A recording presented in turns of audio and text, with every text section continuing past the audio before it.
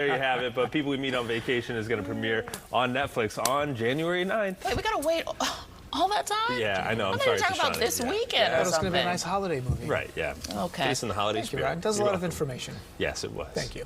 All right, and thank you for starting your morning with Good Day Wake Up, of course. Good Day New York is up next. Stick around. All right, Rosanna and Curt have a special show today with actress Elizabeth Hurley. That's right. She is stopping by to discuss Breast Cancer Awareness Month. You don't want to miss that and much more. That's coming up right after this break. Have a good day, New York.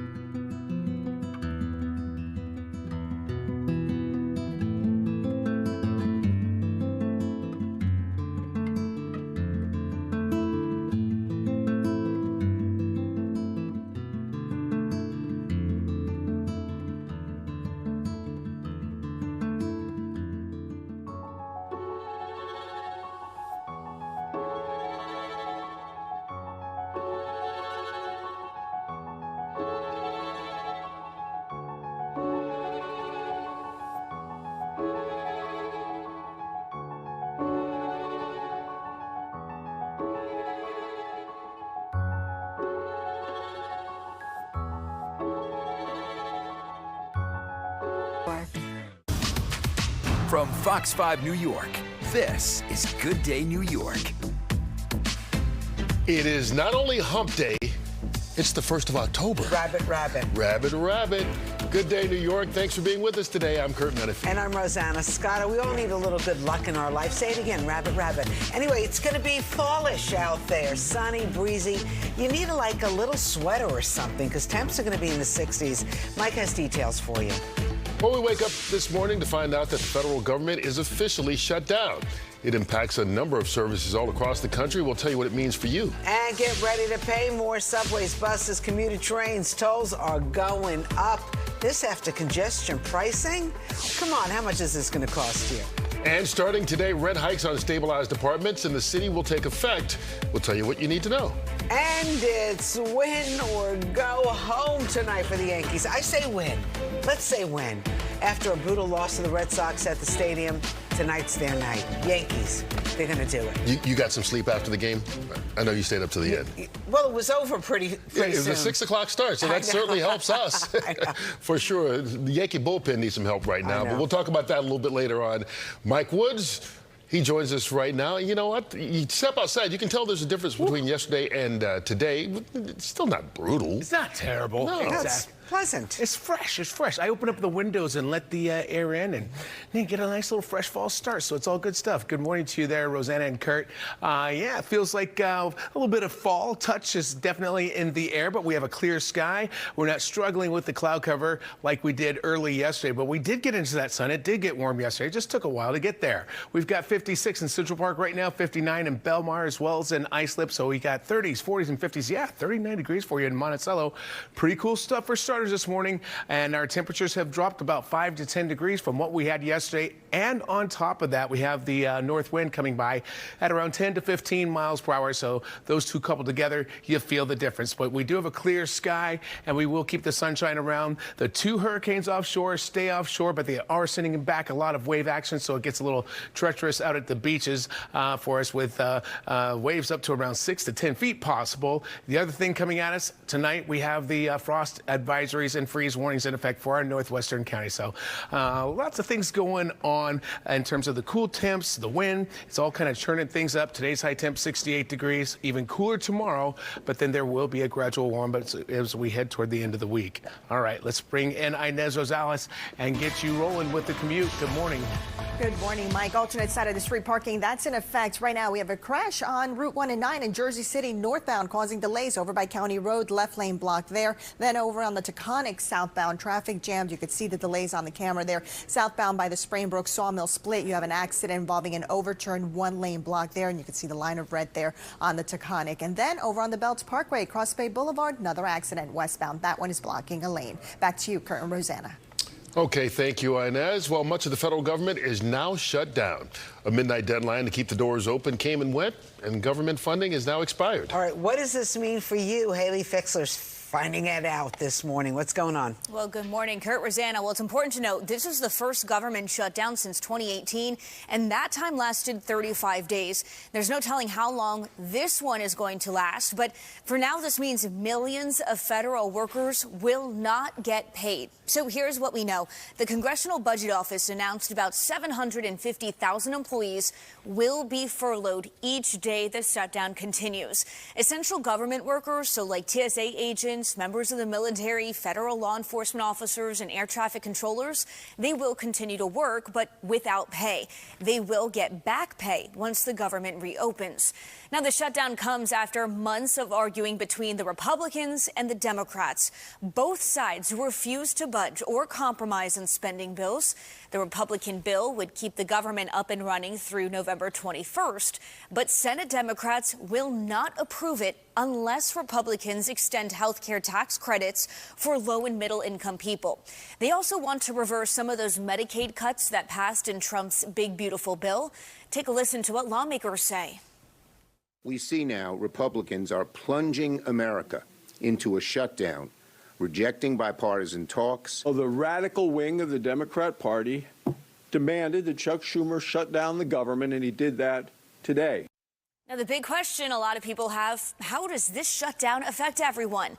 Well, the White House has threatened mass layoffs, and right now 2 unions have filed suits against the Trump administration over plans to fire federal workers. And in the meantime, as we mentioned, those essential federal workers will continue to work. So we're talking those TSA agents and air traffic controllers. However, there are now concerns that there will be sick outs since these employees will not be getting paid. The U.S. Postal Service will stay open, so you will continue to get mail. Social Security, SNAP, WIC, and VA benefits will continue, although depending upon how long the shutdown goes on, there could be some delays in processing some applications. The National Weather Service will continue, as will FEMA. And right now, the national parks will stay open if they are already accessible to the public. Now, it's important to note members of Congress will continue to get their paychecks during the shutdown. Senators are set to meet again at 10 o'clock this morning. They are expected to have a vote at 11, so we're going to see what happens then. Curt, Rosanna? All right, thank you, Haley. Meanwhile, approved rent hikes on rent-stabilized apartments go into effect today. It means New Yorkers who are renewing their leases for 1 year will see a 3% increase. There is a 4.5% increase on 2-year leases. The city's Rent Guidelines Board voted 5-4 in June for this rent hike.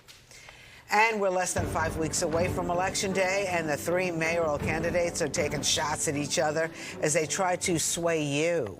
Briella Tomasetti joins us right now with the latest. Well, here we go. Yeah, again. Curt and Rosanna, something different every day with this, right? We're always on our toes, but we know this. Now that Mayor Eric Adams is out of the race, Zohran Mamdani and Andrew Cuomo are very much escalating their attacks on each other, right? So yesterday, Randy Mastro, the mayor's top deputy, threw his support behind Cuomo, but the former governor still faces an uphill climb to close his polling gap with Mamdani, with just weeks remaining until the start of early voting.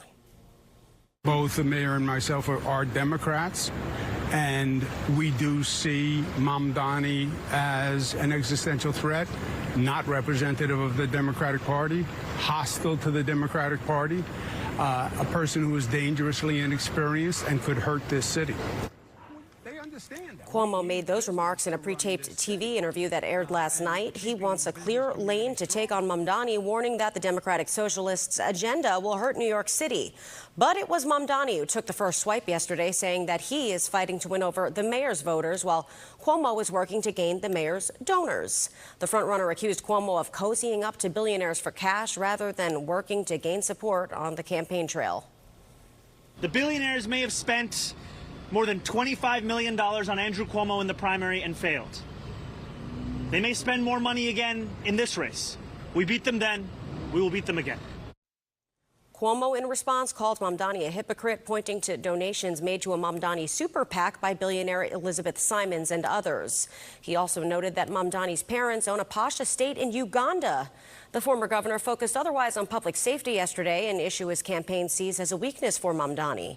Meantime, pressure is mounting for Curtis Sliwa to follow Eric Adams' exit, but he is roundly rejecting those pleas. The Guardian Angels founder had a fair share of words for his two opponents and Mayor Adams from the steps of City Hall. You have three candidates in the race. Zohran Mamdani is in favor of the city of yes. Andrew Cuomo is in favor of the city of yes. I've been opposed ever since it was proposed. Follow the money. Follow the money. This is the legacy of what will go down as the most crooked mayor in the city of New York, and that's saying a lot. Eric, wine me, dine me, and pocket line me Adams. Zohran Mamdani will hold a joint rally with City Comptroller Brad Lander and Public Advocate Jumaane Williams at 3:20 this afternoon, condemning the mayor's rent hikes, which are set to increase today at rent-stabilized apartments across the city. Curtis Sliwa also back on the campaign trail, taking questions about the MTA's new fare hikes in Chelsea, and Cuomo has yet to release his public schedule for the day. Curt and Rosanna, rather just Curt, back to you. All right, thank you, Briella. Well, we have a first-hand account from a journalist who says he was shoved by an ICE agent inside Federal Plaza. Fox 5 spoke to AM New York's Police Bureau Chief Dean Moses, who was in the middle of it all. He says he was documenting ICE agents interacting with a woman who just got out of immigration court. He tells us when he followed them into the elevator, ICE agents grabbed him, pulled him, and pushed him. The chaos then moved out into the hallway. Another journalist ended up on the ground there needing medical attention. But they seemed to be looking at her, so we just took notice and we followed her, and she was unaccosted, went to the elevator, she pressed the button on the elevator, went to go down to a lower floor in the elevator to leave the building, and just after she got inside, a couple of ICE agents just quickly hopped in. So that was very strange, because usually they announce that they're detaining somebody. So being in the public elevator, I tried to go inside, and I was instantly grabbed and yelled at to get out, and then all chaos ensued, and a couple of photographers were assaulted. One gentleman was pushed to the floor, severely injured. Well, the Department of Homeland Security released a statement reading in part, quote, officers repeatedly told a crowd of agitators and journalists to get back, move, and get out of the elevator. Rioters and sanctuary politicians who encourage individuals to interfere with arrest are actively creating hostile environments. Governor Hochul also reacted, writing on X, masked ICE agents shoved and injured journalists today at Federal Plaza. One reporter left on a stretcher. This abuse of law-abiding immigrants and the reporters telling their stories must end. All right, a judge has rejected Sean Diddy Combs' bid to overturn his conviction on prostitution-related charges. His lawyers argued that he was an amateur pornographer not engaging in prostitution, and that the guilty verdict violates his First Amendment rights. However, the judge calls Diddy's filming incidental, pointing to evidence that he showed he didn't typically give notice or ask for consent for filming as a pornography producer would. He'll be sentenced this Friday. Prosecutors wanted Diddy to serve 11 years in prison. His lawyers argued for a sentence of 14 months, and we'll find out what the judge has to say on Friday. There you go. All right, still ahead. Anguish in New Jersey, a community in mourning this morning after two teenagers were mowed down, maybe intentionally, by a driver. And the Trump administration reached a deal with Pfizer. We'll tell you what this means for prescription drug prices. Plus, as if AI wasn't already everywhere, why Hollywood is up in arms over an AI creation. It's getting a lot of attention, especially from talent agents. We'll get you up to speed on this when Good Day returns.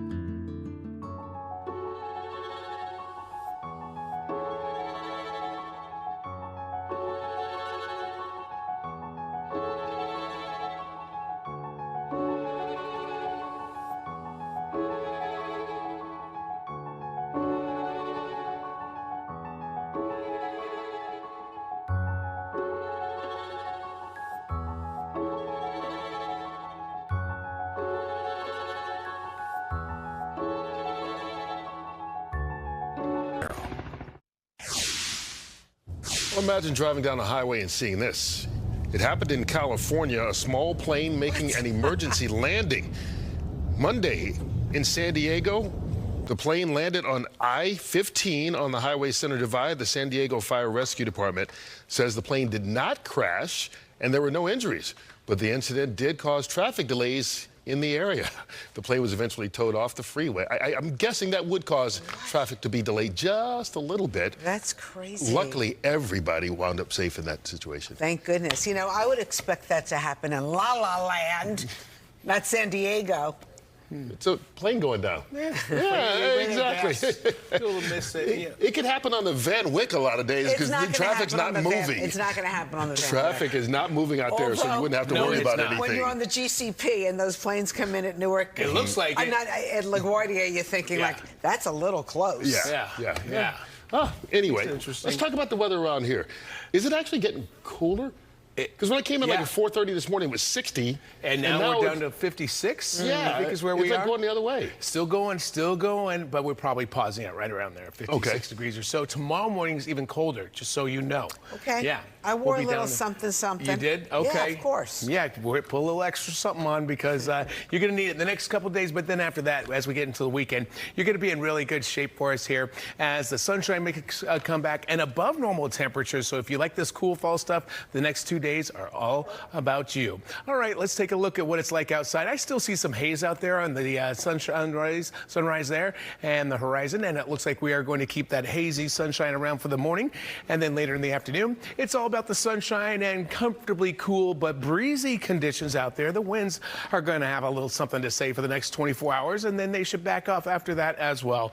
But it sure does look nice. You just have to put a little extra something on.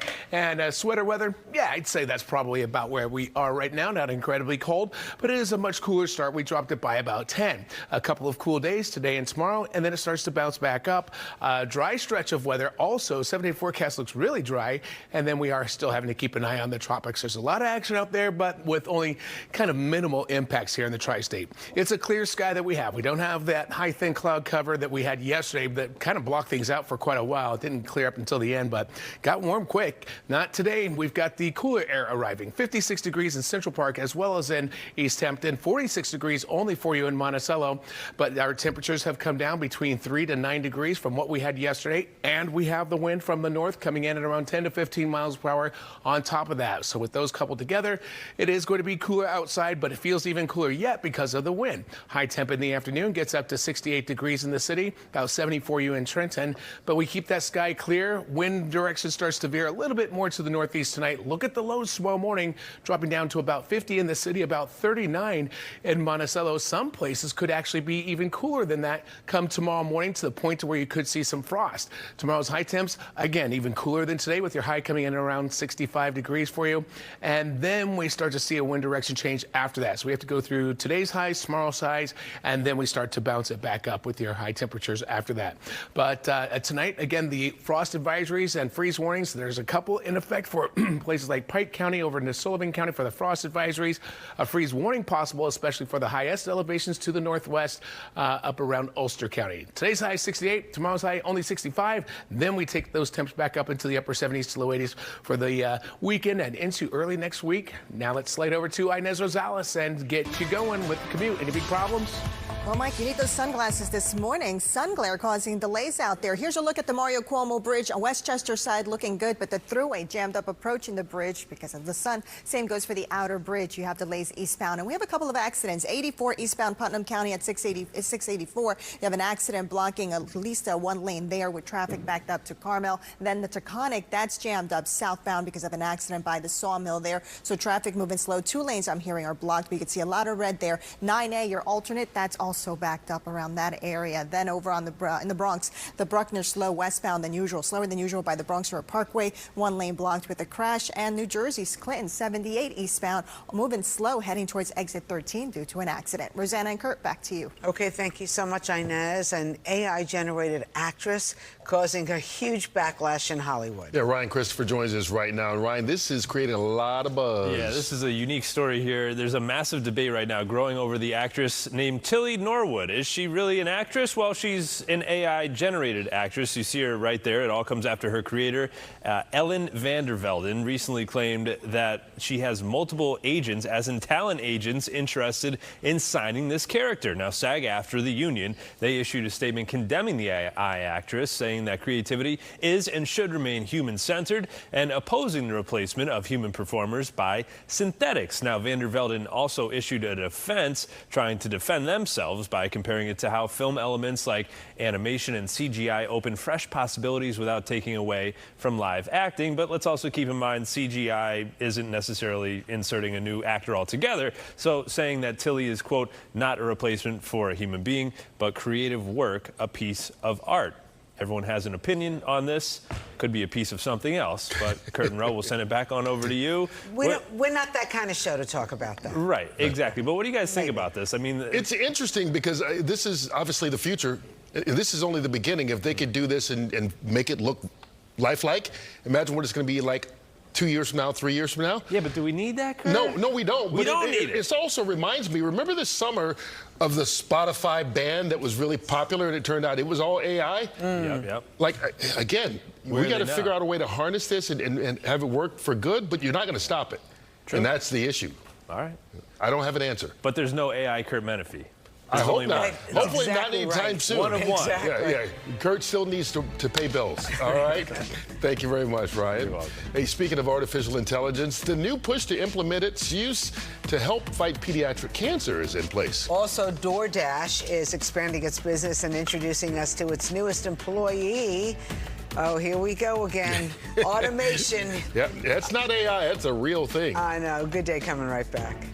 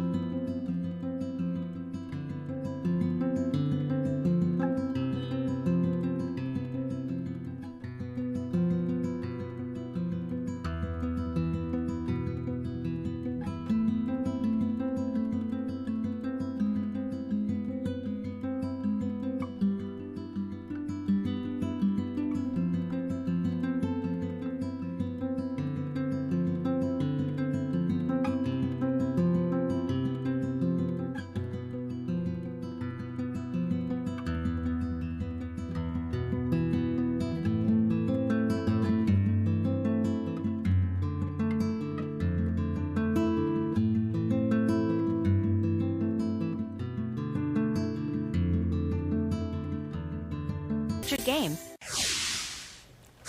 In our Health Watch, President Trump signed an executive order to use artificial intelligence in pediatric cancer research. He says the order will double the funding for the Department of Health's Childhood Cancer Data Initiative. Its budget will now rise from $50 million to $100 million. The hope is AI can comb through years of data information and apply it to practical medicine in new treatments, prevention strategies, or cures. Wouldn't that be nice? All right, Pfizer, meanwhile, has struck a deal with the Trump administration to lower prescription drug costs. Under the agreement, Pfizer will charge most favored nation pricing to Medicaid and guarantee that pricing on newly launched drugs that involves matching the lowest price offered in other developed nations. For many years, Americans have paid the highest prices anywhere in the world for prescription drugs. They paid far more, 10 times, 13 times, 15 times more than other countries for the exact same product. A major reason is that the American consumers have been subsidizing research and development costs for the entire planet. Well, back in May, the president issued an executive order that gave drug makers 30 days to effectively lower prices or face new limits on what the government will pay. Well, DoorDash has introduced its newest employee. It's a new delivery robot called Dot. All right, DoorDash says Dot is 1/10 the size of a car, can reach up to 20 miles per hour. That's a lot. The company has assured human dashers that they will not be replaced by Dot. At least not for now. yet. Right. Instead, dashers will be able to focus on high-value orders, while Dot focuses on smaller local trips. Right now, Dot is only available in early access programming in Arizona, so we won't see that around here. Well, Amazon has unveiled its next generation of AI-powered gadgets, among them a new Ring, a new Kindle, Echo, and Fire TV devices. The Ring cameras have a new AI facial recognition feature that allows users to register friends and family and notify them who is at the front door. And the new Fire TVs, well, they offer more personalized searches like finding a specific scene in a movie or getting commentary about last night's football game if you need it. Oh, do you need that? I don't think you need that. I know people. Hey, if you're looking to get some early holiday shopping out of the way, Amazon is also stacking up the deals for its upcoming Prime Big Deal Days. That's next week, right? The sales will take place next Tuesday and Wednesday. Amazon is offering you access to millions of deals across popular categories, including home goods, electronics, and more. Throughout the event, the company will also drop special limited time offers 3 times a day. All right, so I guess we're not doing anything next Tuesday and Wednesday. I'm just going to be checking glued your to phone. the phone. Check your phone. All right, still ahead on Good Day. Get ready for more traffic on the LIE. A popular program that lets EV and plug-in hybrid drivers cruise past traffic is over. We'll tell you what that means for your commute when we continue here on Good Day New York.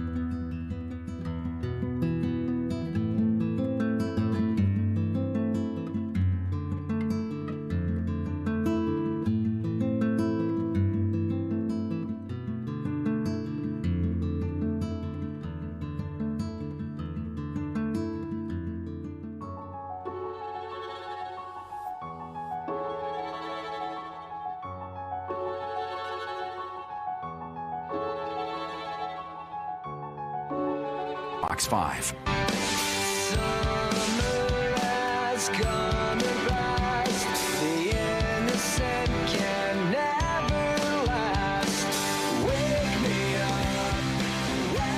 Well, September has ended. October is upon us. That's a beautiful shot. Gorgeous shot, but I'm getting melancholy because I know what's coming.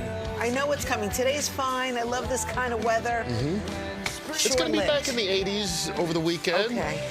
But yeah, I know what you mean, though. I mean, summer's over officially. Right. We're in the fall. All our vacation is over. The next thing you know, it's going to be Thanksgiving and then Christmas, and then 2026 will be upon us, and then There's we'll a lot be going on. 80 years old, and then we'll be 90, and then like, oh, sorry, that song got me going. I said I was feeling melancholy. You really put me over the edge. That's what I'm here for.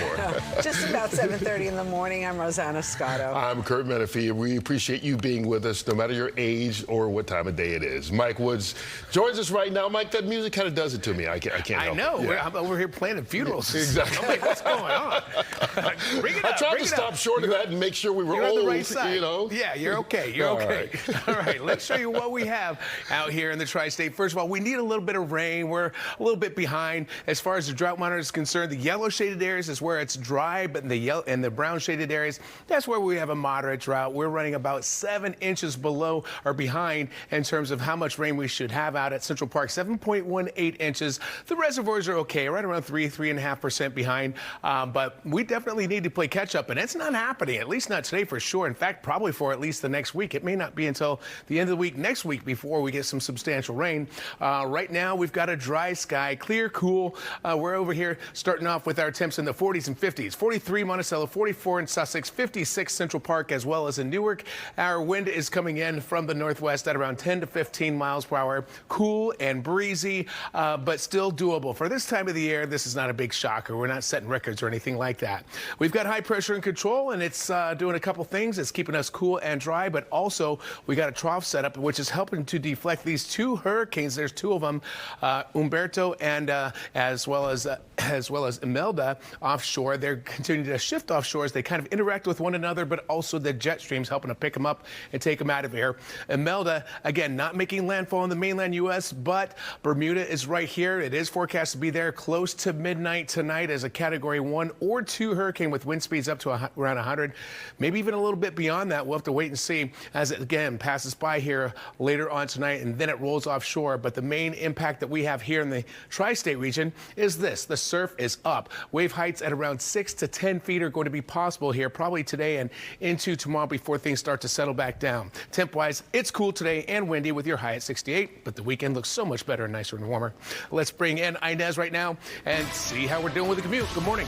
Good morning, Mike. You know it's busy. It's that time. Street cleaning rules are in effect. Right now, we have an accident involving a rollover on 84 eastbound right by 684 there. You can see a lot of red there, so 2 lanes are blocked there. The Taconic, things are moving better heading towards the Springbrook over on 78 westbound local lanes in New Jersey before Route 124. You watch out for an accident. Use the express lanes instead. And then a little farther west on 78 heading eastbound in Clinton, there's an accident by exit 13, at least 1 lane closed. The George Washington Bridge heading into the city. It's 30 minutes on the upper and lower levels this morning. The Lincoln Tunnel, it's about 10 to 15. The Holland, same. With the rails, things look good. New Jersey Transit continues with that special schedule on the Morse and Essex, Gladstone, and Montclair Boonton line. Curt and Rosanna, back to you. All right, we got a sad update on the story we told you about yesterday as hundreds of community members in Cranford, New Jersey gathered to honor the memory of 2 teen girls who were hit and killed by a driver. Well, the suspect now in custody, and police are offering a $10,000 cash reward for video of this attack. Arthur Chien has the urgent message from authorities. A mother's gut-wrenching wails could be heard from down the block on Burnside Avenue as family, friends, and neighbors of 2 17-year-old girls who were mowed down gathered Tuesday night to process their pain and loss. Over 500 people showed up, exchanging long hugs at a growing makeshift memorial, the only comforts available to them. A glaring injustice for what they say was a deliberate hit and run that took the lives of their 2 innocent girls. I had only seen one girl, and then I walked down the street a little bit and I saw the other girl, and just horrible. On Monday at 5:30 in the afternoon, the driver of a black Jeep Compass SUV allegedly mowed down the 2 17-year-old girls who were on bikes, the force sending them flying over 100 feet down the road. The driver took off. Residents tell us the bike stuck underneath might have disabled the SUV about half a mile down the road, where they say the driver was arrested. Then came word the driver, also a 17-year-old, knew one of the victims and had been, in their words, stalking her for months. He's been parked out front of her house. Online, in Following school. her. Yeah. It was, the school was notified, the police were notified, like for 3 months now. And nothing happened? No. He was never stopped? No. Maria and Isabel are the names on the memorial, the mayor posting that they were students at Cranford High School until this. Others tell us the driver is related to the police chief of a neighboring town and had been repeatedly appearing at the victim's home prior to this. The Union County Prosecutor's Office is now in charge of this investigation. And 24 hours after the deadly crash, they had yet to release any information on the driver, but they are asking anybody with surveillance video of the 2021 Jeep Compass SUV that he was driving on Monday to contact them. For now, all that can be done on this block is to find comfort with one another as they ask why the teenage girl's pleas for help was apparently not taken seriously enough. Arthur Chien, Good Day, New York. So sad. All right, starting today, single-occupant drivers and electric and plug-in hybrid vehicles no longer able to ride in the HOV lane. The move comes after the Trump administration killed the Clean Pass program, and it means that more than 50,000 cars with registered Clean Pass stickers on Long Island alone will be merging back into the regular lanes unless they carpool with 2 or more people. Drivers, well, they've got mixed reactions. I'm upset, but to me, it's a first world problem. There's a lot of other problems to deal with, but I think it's wrong. I'm a gas car guy, so I don't really care. I don't think it's fair. I think they should continue it. That HOV lane doesn't help anywhere. We still got traffic from start to finish, so it hasn't really made a difference anyway. Well, according to the DMV, if you're caught breaking the rules, you could face a $150 fine and possibly points on your license. And the MTA board has approved a fare hike for trains and bus rides. The hike will bump the cost of a single subway or bus ride from $2.90 to $3.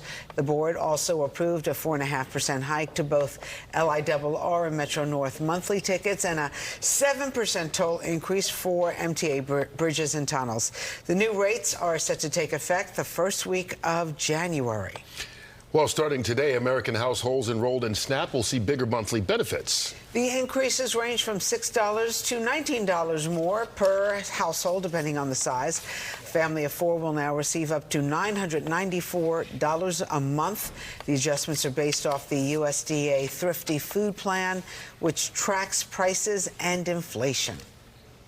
All right, coming up on Good Day, more of your top stories, including the government shutdown, how this is affecting you. Plus, well, it's do or die now for the Yankees. They came up short at the stadium last night, and they absolutely, positively have to win tonight, or the season is over. Tina will join us to break it all down.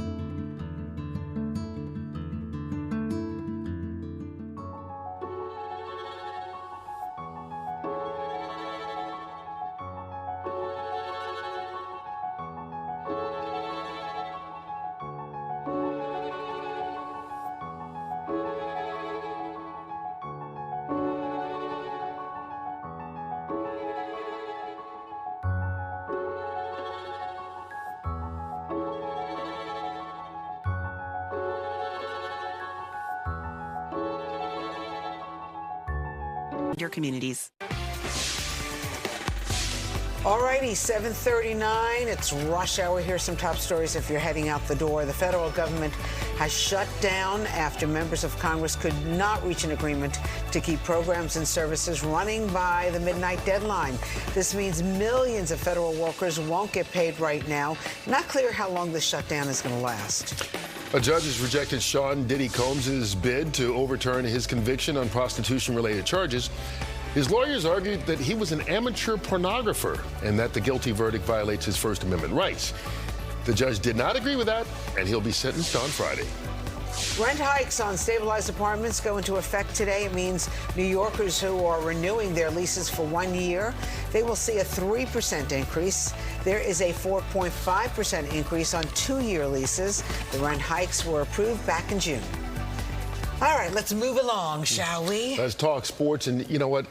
If you're a Yankee fan, last night's game kind of felt like the season in a nutshell. Good starting pitching in the bullpen. I know. That's exactly what happened. You know, as the Yankees are on this quest for their 28th World Series championship, hit a little snafu against the old rivals last night at Yankee Stadium. Yanks and Red Sox, of course, playing in Game 1 of their AL wildcard series. And this game actually started off really exciting for the Yankees as they got on the board first. So in the bottom of the second inning, no score just yet. And after struggling most of this past season, look at Anthony Volpe hitting a solo home run off of the Red Sox ace, Garrett Crochet. And that's Volpe's second career postseason home run, 1-0 Yanks. Now, as for the Yankees on the hill, it was their ace, Max Fried. He was dealing, throwing 6 1/3 scoreless innings with 6 strikeouts. In the top of the 7th inning, with the Yankees still leading 1-0, manager Aaron Boone, however, took Fried out of the game after 102 pitches. It's a decision everyone's questioning today because Luke Weaver came in, allowed a walk and 2 hits, including a 2-run single by Masataka Yoshida. Red Sox took the 2-1 lead, and despite the Yankees having the bases loaded in the bottom of the 9th inning and all of their sluggers coming to the plate, no one could drive in another run. So Boston beats the Yankees 3-1. After the game, Boone defended his decision to take Fried out. I felt like his command was, you know, not as good. Those final few, he's just making so many big pitches, and his stuff was good. So, look, I mean, he gave us, you know, what we needed and felt really good about the outing he put forth. But I felt pretty convicted, like, you know, especially we got the double play. It's like, let's go get one more hitter and be good. This Red Sox win means the Yankees are now on the brink of elimination in this best-of-3 series. So the Yankees need to win Game 2 tonight to stay alive. First pitch is scheduled for 6:08 p.m. This is unprecedented. WNBA superstar Nafisa Collier of the Minnesota Lynx delivered a scathing assessment of the league and its commissioner, Kathy Engelbert, during her end-of-season media availability. Collier read from a prepared statement detailing private conversations she had with the commissioner, saying the leaders at the top lack accountability. I also asked how she planned to fix the fact that players like Caitlin, Angel, and Paige, who are clearly driving massive revenue for the league, are making so little for their first 4 years. Her response was, Caitlin should be grateful she makes $16 million off the court, because without the platform that the WNBA gives her, she wouldn't make anything. And in that same conversation, she told me players should be on their knees thanking their lucky stars for the media rights deal that I got them. That's a mentality driving our league from the top. We go to battle every day to protect a shield that doesn't value us. Collier added the league believes it's successful despite its players and not because of them. And this comes as the WNBA Players Union, for which Collier is the vice president, is in negotiations with the league on a new collective bargaining agreement. So the deadline for a new agreement is October 31st. There's time, but it doesn't look good right now. All right, this is actually a really special hockey story as we count down to the NHL regular season. New York Rangers defenseman Adam Fox is making a charity pledge for the upcoming season, which hits close to home. Fox, who, by the way, is a Jericho, New York native, will donate $1,023 for every goal and $523 for every assist to the Tackle ALS Foundation. Fox's jersey number is 23, and the foundation was started by Fox's father-in-law, Tim Green, 7 years ago after he was diagnosed with the degenerative disease. And of course, Rosanna and Curt, you had Tim on a few weeks ago, Curt, at your former broadcast broadcast partner. Yep. Adam married Tay Green in July 2024, and the money raised for this foundation helps to develop therapies that repair or reverse damage caused by ALS, and ultimately one day maybe prevent the disease entirely. So super cool by Adam Fox. And we are also getting a unique perspective on Giants wide receiver Malik Neighbors' season-ending ACL injury. I had the pleasure of speaking with legendary wide receiver Larry Fitzgerald Jr. He will be my special guest on Sunday on Sports Extra. And despite the devastating injury, Fitzgerald is optimistic for Neighbors' recovery and return. He's a young man. He's going to bounce back. He'll be most likely he'll be ready for training camp next season. And, you know, with Jackson playing as well as he did yesterday, you would love to see those two together be able to work and build on something really special. But, I mean, I don't think it's going to, you know, detract from the career that he's capable of having. I mean, he's so gifted. And, yes, it is a step back, but he's going to come back from this. Fitzgerald and I talked about a lot of gifted receivers, including the Jets' Garrett Wilson. He's going to share why Wilson is so special and unique as a receiver. And you can hear our entire conversation this Sunday on Sports Extra at 10:30 p.m. Look forward to it. Yes. By the way, first ballot Hall of Famer. He just got on the nominee list for this coming year, the class of 2026. So super cool to talk to him. And a super nice guy. Yes. Yeah. His dad was a great journalist and broadcaster. In Minnesota? Yes. There we go. All right. Thank you very much, Tina. When we come back, we'll turn from sports to entertainment news. All right. It's nostalgia overload. A classic children's show is back with a new host. Ryan Christopher is kind of giving us all the details we need this morning.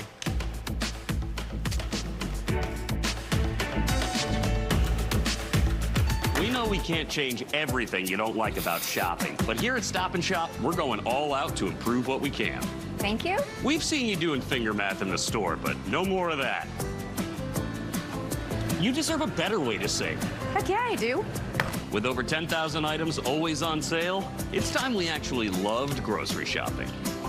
Justin, when was the last time you went on break? I'm on break right now. With so many ways to save, good things are in store at Stop.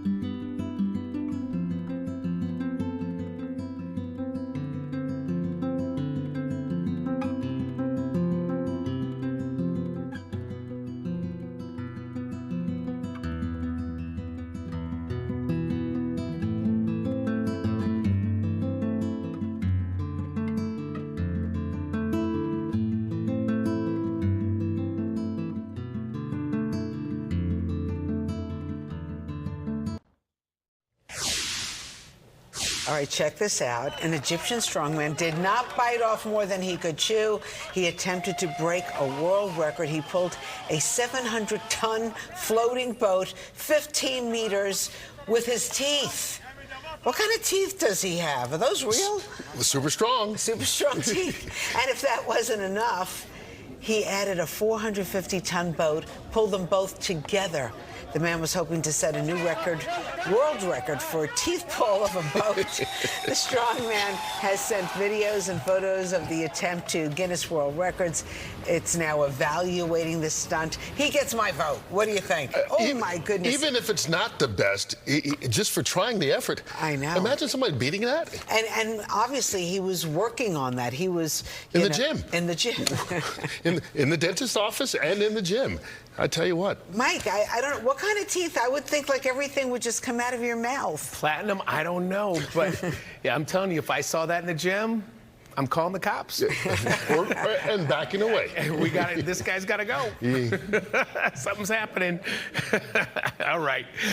Everybody's like, Anyway, let's show you what we have here.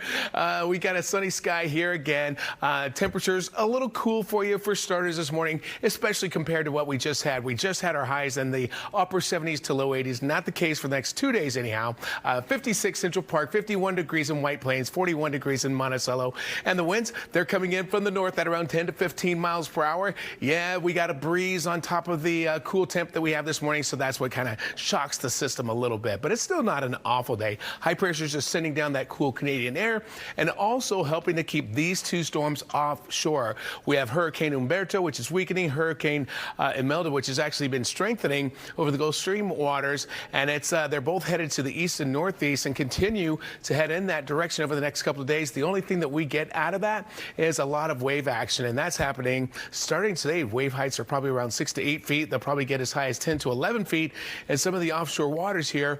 But still, when it comes to rain, no, we don't have much of anything going on. So you got the sunshine out there today with your high temperature going up to 68 degrees. It will be windy as well. And then tonight, looks like it's going to be cold enough to where we have a low of 50 degrees, but the outlying suburbs anywhere between about the mid to upper 30s to perhaps some upper 40s. That means frosty conditions are also possible for you as we head into tomorrow morning. Then a high of 65 degrees for you on Thursday. But look at all that sunshine for the next 7 days. We got a high of 73 by Friday, 79 by Saturday, and 81 by Sunday. We do have 80s for a couple more days, even though we are into October. We're not done with the 80s yet. Keep in mind the average highs or the record highs still in the upper 80s to around 90. So it could still happen again for us here.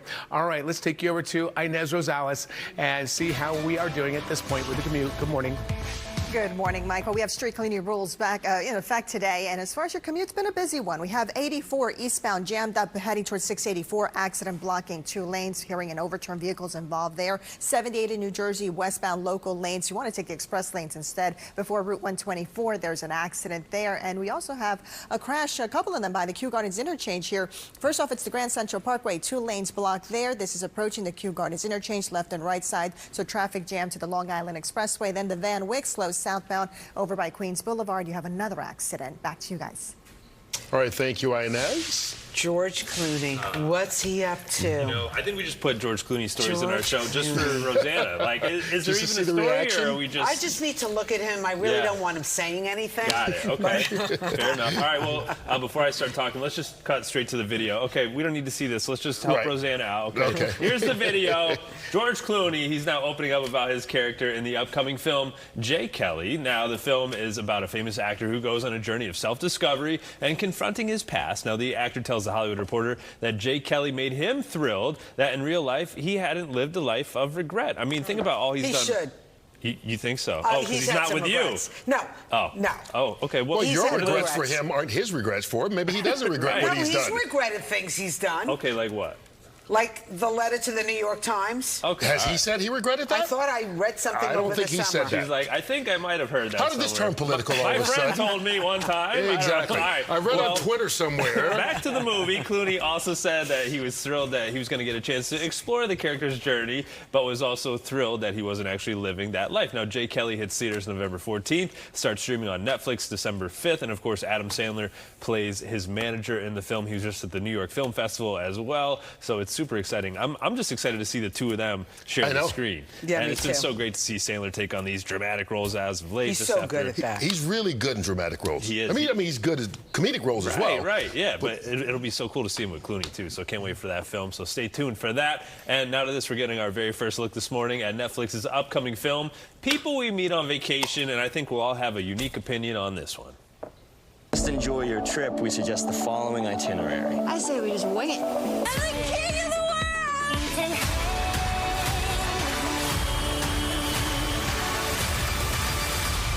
Are you guys like a thing? Oh, no, we're just friends. Platonic, travel companions.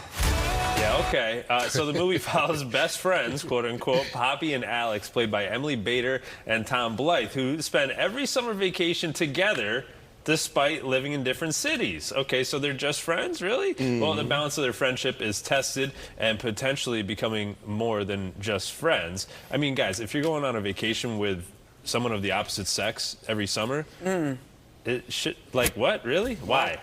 What's the point? Sounds like you're doubting this. No, I am doubting it, because who's going on a vacation every summer with just a quote-unquote friend, just to travel? No. Well, no, I know people who do that. Exactly. I know people that, but maybe not every Some summer. who But actually work here. Huh. I want some names. You know what I'm talking about? All right, well, this is based on Emily Henry's best-selling book with the same name. People we meet on vacation. You thought you were coming in just to do entertainment. You didn't know it was the gossip section today. Gossip, right? Exactly. Spill the names. But, okay, hey, if you go on vacation with just a friend, we'll believe you. All right, that's on Netflix on January 9th. And now to this. This is a classic children's show. Now, coming back, we're talking about Reading Rainbow.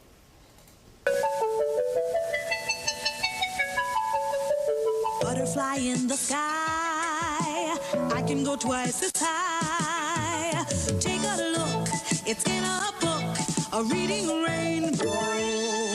Oh, yeah. This is CGI's gotten much better, hasn't it? Apparently so. Reading Rainbow was that classic TV show that taught kids all about the magic of books. Now, librarian and TikTok star Michael Treats is going to be taking over the hosting duties for LeVar Burton in a new digital series. Now, the trailer shows a number of celebrity guest appearances as well. And the new Reading Rainbow is set to debut on Saturday on Kidzuko YouTube channel, which will be really cool. It's nice that we're introducing this to a whole new generation. Like, that was out when I was a kid. So now it's that whole next generation. Maybe I should go back and learn to read, though. Maybe I'll start from the beginning. Bring reading back. You're doing great. All right, thank you, brother. All right, coming up on Good Day, the parking wars. They're about to get real in Hoboken, New Jersey. There are new cameras being rolled out, which starts today. They're looking to catch anyone who's not following the rules. We'll tell you how you can spot them when we continue on Good Day.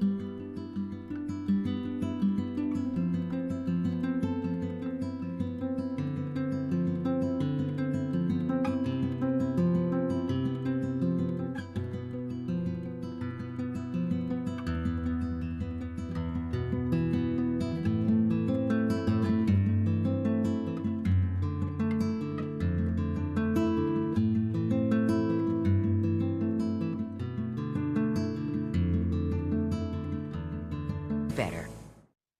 Right here, right now. Rosanna Scotto, Curt Menefee. Let's have a good day, New York. Would you say it's sweater weather? I think so, right? Not bad. Sweater weather. Definitely feels like fall today. We'll have plenty of sunshine. Mike has details for you. Well, for the first time in nearly 7 years, the federal government officially shut down. We'll tell you what it means for you. The remaining candidates in the race for mayor ramping up efforts to win you over. In the wake of Mayor Adams' decision to drop out, we'll have the very latest on the race. And we're now learning just how many people canceled their Disney Plus subscriptions following Jimmy Kimmel's suspension. Also, it seems the price of love is too dang high for young people. Why they say they can't afford to date. Is that their excuse? It works, though. You go out to a restaurant or even a expensive. movie or whatever, it is not cheap. I know. And then I was going to say, maybe that means more apartment dating, but then that becomes creepy, too. So you can't really do that. So I get, you know There's a what? way to Let's do take it to the streets and find out. There's a way to do it. All right. Good day, New York. It is 8 o'clock in the morning, Wednesday, October 1st. You know what that means, right? What do we say? Go ahead. First. Rabbit. There you go. You Good gonna luck, hop around? everybody. Later on. All I'm right. Curt Menefee. Thank you for being with us here on this first day of October. The first day that's truly, Mike, felt like fall in at least quite a while. Yeah, exactly. Our temps took a tumble. It's a little windy outside on top of that. And tomorrow morning is going to be even colder. And some of us, I know, going to have to pull out the real winter weather gear. We're talking about a frost advisory going into effect for at least some of us later on tonight. Right now, it's a clear sky. Shows up looking a lot better here this morning for everyone as far as sky coverage. High, thin clouds was a bit of an issue for you early yesterday. Today, no, it's pretty much a clear skies. 56 degrees Central Park, 60 in Islip, same thing Belmar, and 48 degrees in Poughkeepsie. There's also the north wind coming by at around 10 to 18 miles per hour. That makes it feel a little bit cooler outside, but it's not out of control. So a cool, breezy start to the day, but high pressure all the way up here in Canada, sending down that cool, dry Canadian air. But one other thing that dry air being sent down this way is helping to keep these storms offshore. A little trough has developed offshore, and that'll help deflect these storms out into the Atlantic waters. All we have to deal with is some surf here, but there is, of course, the effect of that cool air up to the northwest. Frost advisories and freeze warnings are in effect for Ulster and Sullivan counties, for you, Pike County as well, for tonight into tomorrow morning. But today's high temp limited to 68 degrees, a little windy out there too. Tomorrow starts off even colder than this morning, highs at 65, but then the temp recovery comes at us for the rest of the week. All right, let's bring in Inez and see where the slowdowns are. Do you see some red on the maps? Good morning. That's right, Mike. It's 8:02, so you know everyone's getting out there, heading to work, whatever they have to do. 78 westbound, you're jammed up this morning in the local lanes. There's an accident before 124. Use the express lanes, although it's a little slow. All lanes are open. Then eastbound, you have your typical delays. Over by the Grand Central Parkway, crash blocking that left lane here. This is approaching the Kew Gardens interchange eastbound. It was blocking 2 lanes. Everything's been pushed off to the left lane, but traffic jammed to the Long Island Expressway. Then the Van Wyck, that's moving slow southbound through the Kew Gardens interchange because of a crash by Queens Boulevard. With the rails, things are doing fine. New Jersey Transit continues on that special schedule on the Morrison Essex line, the Gladstone branch, and the Montclair Boonton line. Curt and Rosanna, back to you. All right, thank you so much, Inez. The federal government has officially shut down after lawmakers could not pass a spending bill. While many government services are continuing, they will still be impacted by the shutdown one way or the other.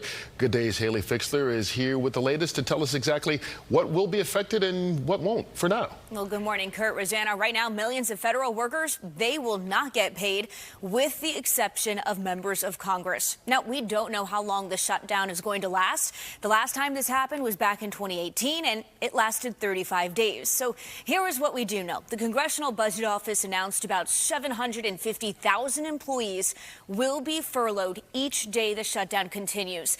Essential government workers like TSA agents, members of the military, federal law enforcement officers, and air traffic controllers, they will continue to work, but without pay. They will get back pay once the government reopens. Now, this shutdown comes after months of arguing between Republicans and Democrats. Both sides refused to budge or compromise on spending bills. The Republican bill would keep the government up and running through November 21st. But Senate Democrats will not approve it unless Republicans extend health care tax credits for low and middle income people. They also want to reverse some of those Medicaid cuts that passed in Trump's big, beautiful bill. Let's take a listen to some lawmakers. We see now Republicans are plunging America into a shutdown, rejecting bipartisan talks. The radical wing of the Democrat Party demanded that Chuck Schumer shut down the government, and he did that today. Now, the big question a lot of people have, how does this shutdown affect everyone? Well, the White House has threatened mass layoffs, and right now 2 unions have filed suits against the Trump administration over plans to fire federal workers. And in the meantime, as we mentioned, those essential federal workers like TSA agents and air traffic controllers, they will continue to work, but there is some concern right now that there could be some sick outs since these employees are not getting paid. The U.S. Postal Service will stay open, so you will continue to get your mail, and Social Security, SNAP, WIC, and VA benefits, they are going to continue, but depending upon how long this shutdown goes on, there could be some delays in processing some applications. Now, the National Weather Service will continue operating, as will FEMA, and right now it does also appear that national parks are going to stay open if they are already accessible to the public. Now, senators, they are set to meet again at 10 o'clock this morning. They are expected to have a vote at 11, so we're going to have to see what happens then. Curt? All right, thank you very much for that information, Haley. Meanwhile, President Trump joined Defense Secretary Pete Hegseth to address top U.S. military officials in Virginia. Hegseth announced new directives for troops and their training, including gender-neutral and male-level fitness standards. He also said the department is loosening disciplinary rules, weakening protections against hazing, to create, quote, a warrior ethos. Hegseth asked military leaders to resign if they are against any of the new directives.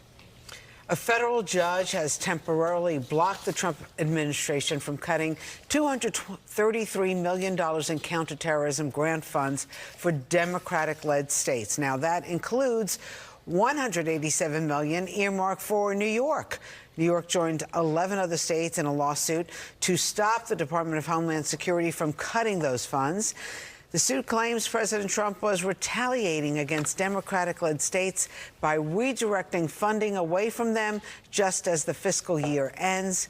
In a statement, Governor Hochul said, quote, a Republican administration literally defunding the police is the height of hypocrisy, and walking away from the fight against terrorism in the #1 terrorist target in America is utterly shocking. All right, 3 candidates left in the race for mayor. They're eager to get the funding and support that might have gone to Mayor Adams. And to gain that support, they're out there ramping up attacks on one another. Good day's Briella Tomasetti is with us this morning with the latest. Briella. Yeah, Curt and Rosanna, it remains to be seen whether the mayor's allies and donors will throw their support behind Andrew Cuomo, who is behind Zohran Mamdani in the polls. But the former governor got a key endorsement from First Deputy Mayor Randy Mastro yesterday. The 2 candidates have ramped up, as you said, their criticisms against one another, effectively setting up a 2-man clash in the final weeks of this race. Both the mayor and myself are Democrats, and we do see Mamdani as an existential threat, not representative of the Democratic Party, hostile to the Democratic Party, a person who is dangerously inexperienced and could hurt this city. Cuomo made those remarks in a pre-taped TV interview that aired last night. He wants a clear lane to take on Mamdani, warning that the Democratic Socialists' agenda will hurt New York City. But it was Mamdani who took the first swipe yesterday, saying that he is fighting to win over the mayor's voters, while Cuomo is working to gain the mayor's donors.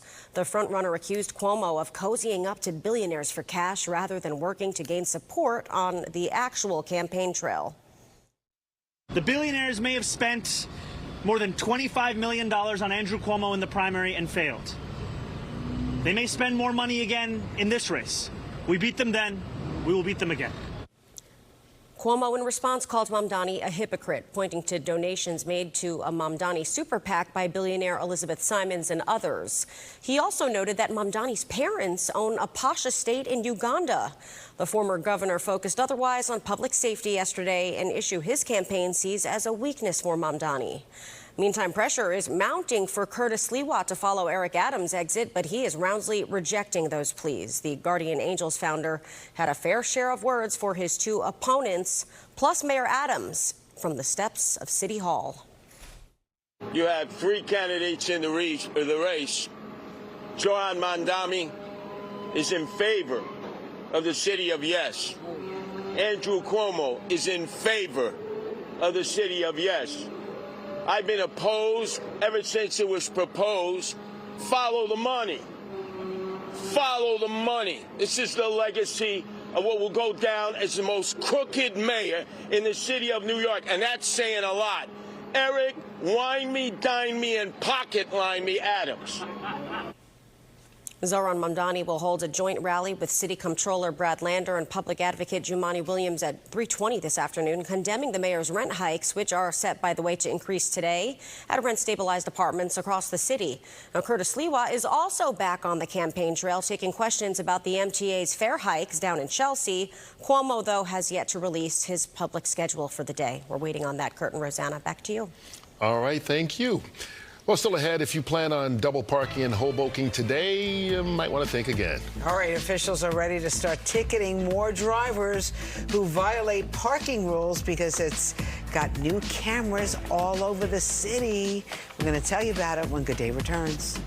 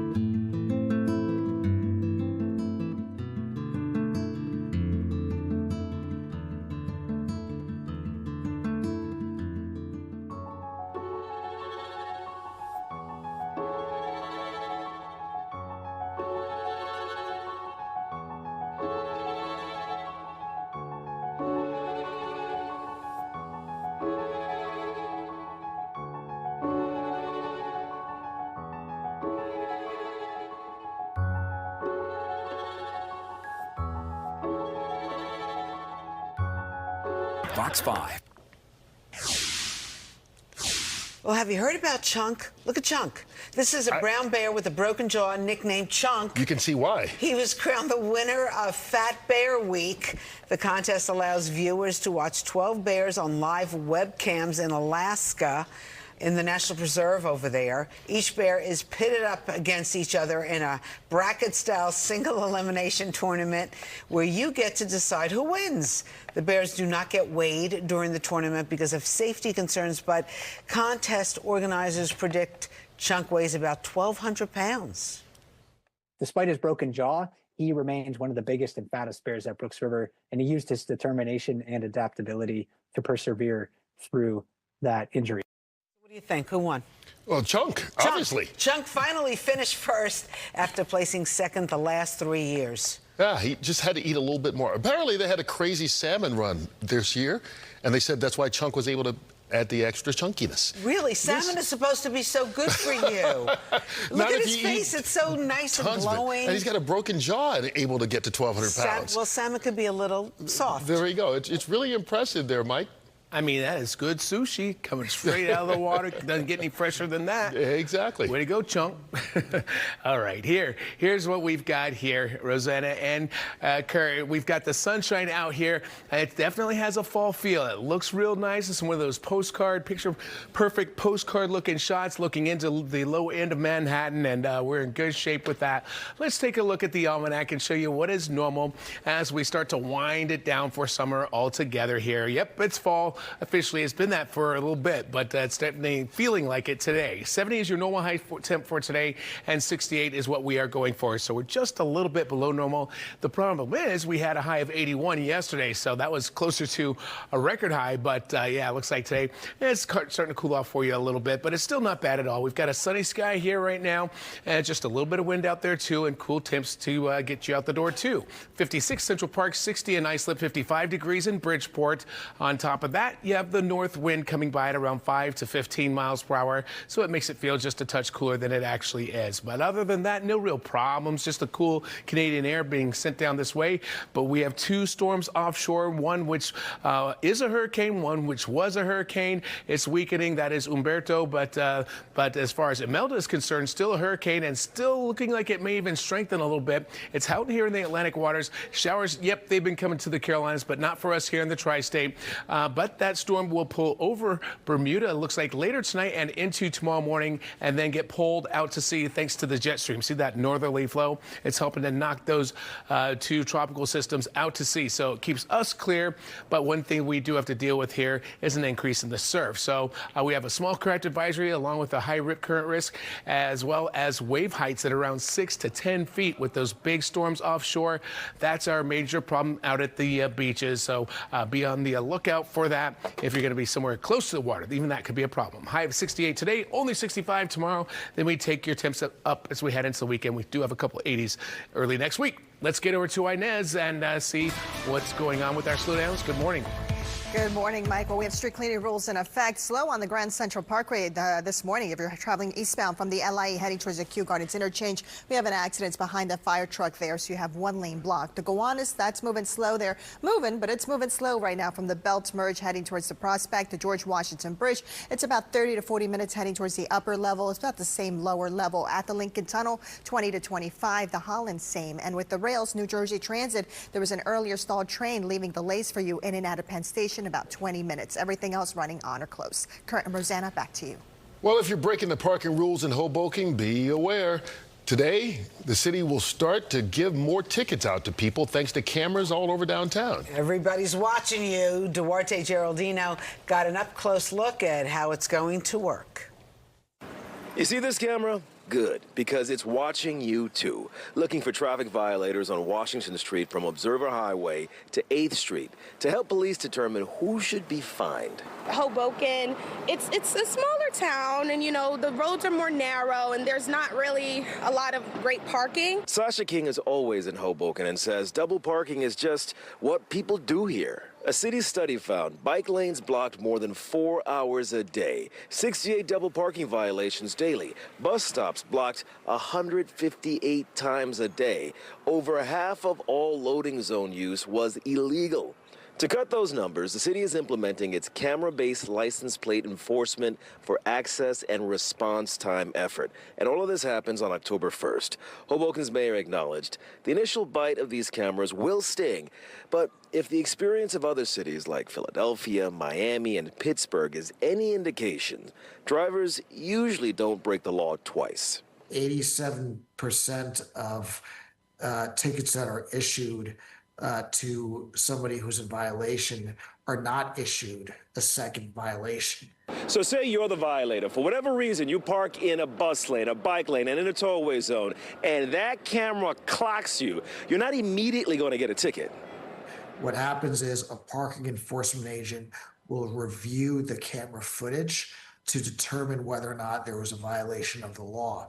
If a determination is made that there's a violation of the law, only then will a ticket be issued. I feel the most empathy for people who are doing like Uber Eats, DoorDash, because, you know, that type of job, it's in and out, you know? You want to be able to run into the place and run out, and it's really difficult finding parking. Enforcement starts on October 1st in Hoboken. Duarte Geraldino for Good Day New York. Alrighty. Meanwhile, coming up, romance may not be dead, but sure getting very costly. Why many young people say they just can't afford to date. Plus, actress Ashley Atkinson stars alongside Matthew McConaughey in the new survival drama The Lost Bus. She joins us in the next hour to tell us how the film came to life, and it's actually based on a true story. She's also in the Gilded Age.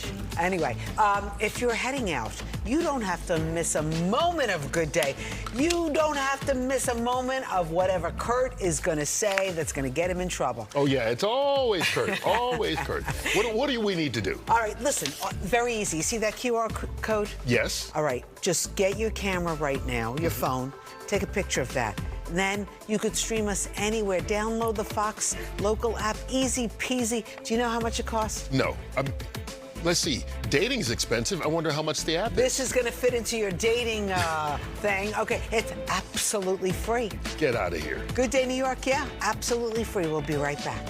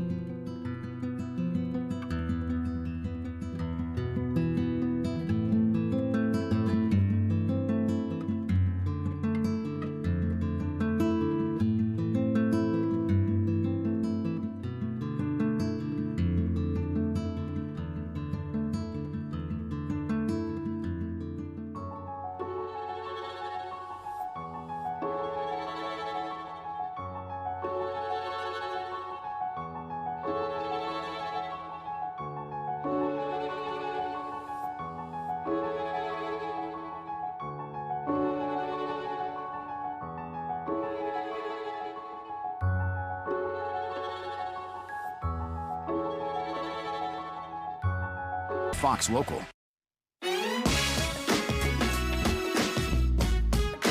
Okay, dating not easy in New York City. Not at all. Okay, and it appears some young people are giving up on romance because dating is just too damn expensive. Really?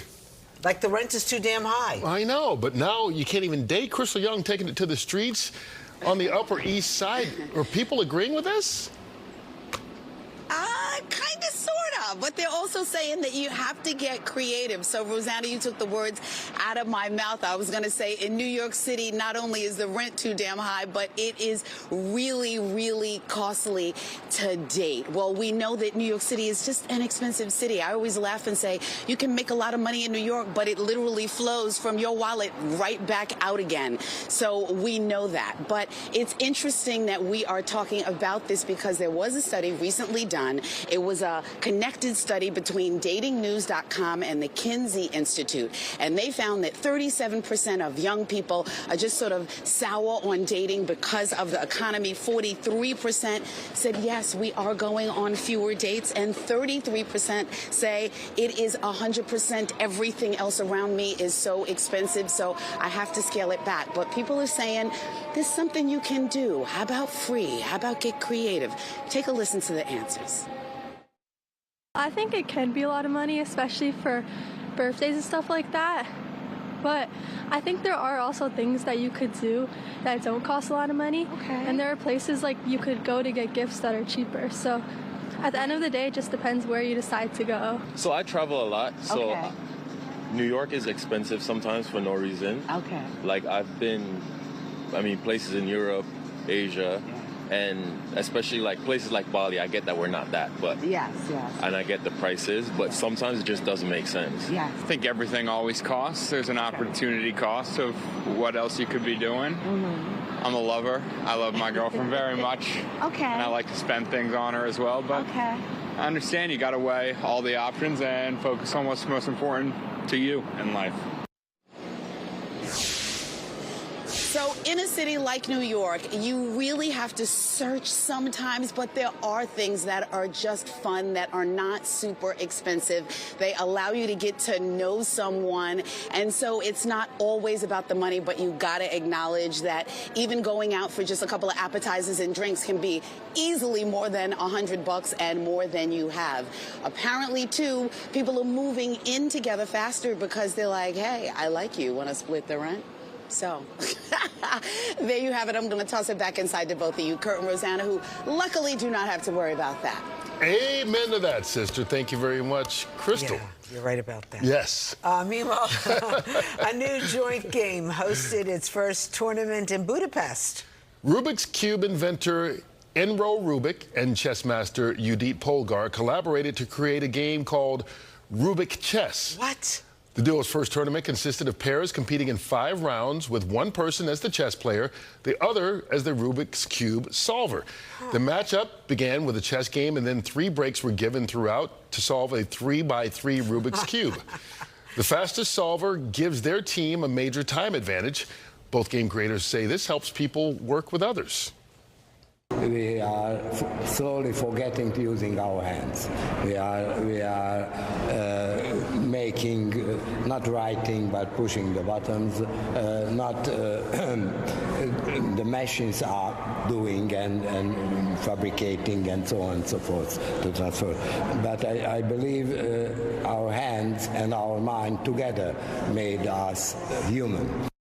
It's all about teamwork. 50 teams of elementary school students participated in this first ever tournament. See, these young kids, it didn't even faze them that they had to like turn off one thing and go to something else. They just do it, right? Yeah. When we come back, the case of less team player and more germ spreader. Boy, some say it's selfish to go to work when you're sick, but are they abusing that mantra? We'll tell you all about it when we come right back.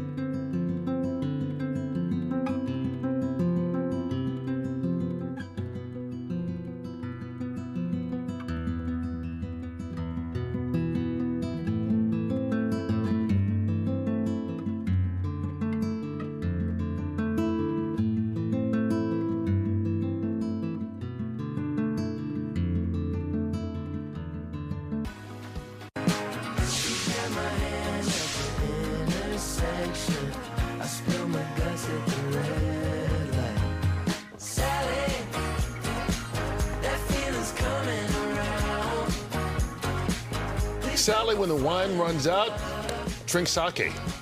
We will in the 9 o'clock hour to celebrate World Sake Day. Okay, well, we got a lot going on. Elizabeth Hurley's going to be here in just a few minutes, too, because October is also Breast Cancer Awareness Month.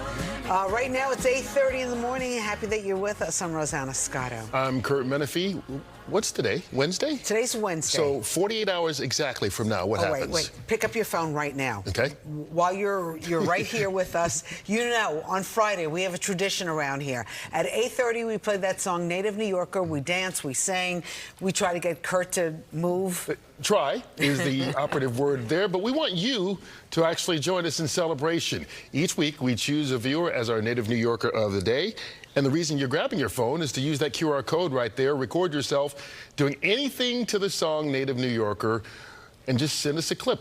Just go to the QR code. It comes directly to us. Maybe you can be our Native New Yorker of the day and be on TV with us this Friday. So wait, open up my phone. Yes. Go to the camera part. Yes. Look at that QR code. Yes. Hit it, because there's that little yellow thing on the bottom. Exactly. And that's it. Easy peasy, upload the video. That's all, just like that.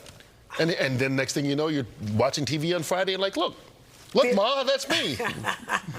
You can tell everybody I'm the Native New Yorker of the day. So cool. Mike, come on now. Yeah. Quite an opportunity. You can't make it any easier than that. And it's always a lot of fun at the same time. Always. Yeah, that's right. And we get into the weekend. We're ready for the weekend. It's Wednesday, and so we're halfway there, but soon enough, we will have the weekend. The weekend weather is actually looking pretty good. Stick around for that. Right now, it looks nice. We have the clear sky here in the tri-state. The high clouds that we had yesterday have pretty much gone away for the time being, but the temps are a little cool. Leave something to be desired there for some folks. 60 in Islip, same thing in Belmar, 56 Central Park, and 54 degrees in White Plains. So your temps are cooler by about 5 to 10 degrees from what we had yesterday, which is what we expected. We had that cool push of air coming in from the north. It is coming from Canada, and it's still going on right now. The wind speeds are coming through at around 7 to 17 miles per hour. So a little bit breezy, if not windy at times. Sometimes the gusts go a little bit higher, but it is pulling down that cooler, drier Canadian air. The dew points are only in the upper 30s to low 40s, and that's a pretty low number, indicating the air is pretty dry. Not a surprise considering it's coming from Canada. 2 storms offshore. One is a tropical storm. The other one's a hurricane. This is the one that got closest to the southeast Atlantic coastline, but all it did for folks in the southeast is bring in some light to moderate rain showers, but now it's moving away. However, guess what's right in its path? Bermuda, and it will be pulling over Bermuda, it looks like, later tonight as we head toward midnight. Right now, it's a Cat 1 storm, could become Cat 2 storm before moving over, but they are very accustomed to these types of storms coming through. So for us locally along the East Coast, our major concern is not landfall, but the waves coming through. Wave heights are going to get up to around 6 to 10 feet over the next couple of days because of those storms offshore. Today's windy and cool with your high at 68, but we got 80s for the weekend. All right, let's bring in Inez and see how we're doing it with the roads and rails today. Good morning. Good morning, Micah. A little bit of stuff going on here and there. Street cleaning rules, they are in effect today. Right now, we had a crash on the Cross Bronx. Still have it, actually. This is eastbound before Jerome Avenue. You can see that dump truck's involved with that car there. Right lane blocked, so delays coming off the George Washington Bridge there. And then over on the Grand Central, slow from the LI eastbound heading towards the Kew Gardens interchange. You have a crash, fire truck there. You can see it. Right lane blocked there. 2 right lanes are blocked there, so heavy delays back to the LI on that one. And then you have in New Jersey, Route 46 westbound, a stalled bus over by Union Boulevard causing delays beyond Route 23, Route 80, so bumper-to-bumper traffic there. And 78 westbound local lanes, you have a crash before exit 49 through Route 124. New Jersey Transit delays in and out of Penn Station due to an earlier stalled train, so there's a 20-minute delay. Also, special schedule still in effect for the Morris and Essex line, the Gladstone branch, and the Montclair Boonton line. Curt and Rosanna, back to you. All right, Inez, thank you so much. The effort to build a casino near Citi Field in Queens has cleared a major hurdle. The Community Advisory Committee has approved the Metropolitan Park Casino. Mets owner Steve Cohen is behind the project along with Hard Rock. The president and CEO of the Queens Chamber of Commerce is excited about what the proposed casino could bring to the area. 6 minutes was the meeting length and 6 unanimous votes. Doesn't really get any better than that. And now Queens is going to be getting the things that we've so richly deserved for generations. Long-term jobs, careers, investment opportunity, all with private money, which doesn't get any better than that. Well, committees have already greenlit casino proposals at Ferry Point in the Bronx and possible expansions of MGM in Yonkers and Resorts World in Queens. The New York State Gaming Commission will now decide which projects will get the 3 highly coveted downstate casino licenses. Some of the country's biggest tech companies face lawsuits over casino-like gambling apps. A federal judge ordered lawsuits to continue against Google, Meta, and Apple that claimed the companies promoted illegal gambling games. The lawsuits claim the companies hosted the apps on their platforms and took commissions from them. The tech giants sought to dismiss the lawsuits over a federal rule protecting platforms from liability over third-party content. Well, it looks like Disney faced some big backlash over the suspension of late-night host Jimmy Kimmel. According to the Handbasket newsletter, more than 1.7 million paid subscribers of Disney streaming apps, including Disney Plus, Hulu, and ESPN, canceled their memberships over a 6-day period. The cancellations were recorded between September 17th and 23rd. Kimmel's show was suspended for nearly a week, of course, after his controversial comments following the killing of activist Charlie Kirk. And the days of coughing your way through a staff meeting are over, at least according to Gen Zers. A new study shows the generation thinks going to work sick is actually selfish. Really? We went by the motto, if you were dead, you didn't even call in sick, right? But don't spread the germs, though. I know. Well, I think after COVID, everybody has a different outlook on this. Yeah, that's probably a good point. But can you say the same for the person who just needs a day? Needs a day is different. Yes. Jessica Formoso is asking you. Showing up to work sick is a big no-no for Gen Zers. I also think people around you would be upset if you came in and you're sick and getting everyone else sick. Yeah. So yeah, probably stay in. What are your thoughts about going to work sick? I do it because I have to, because I need money.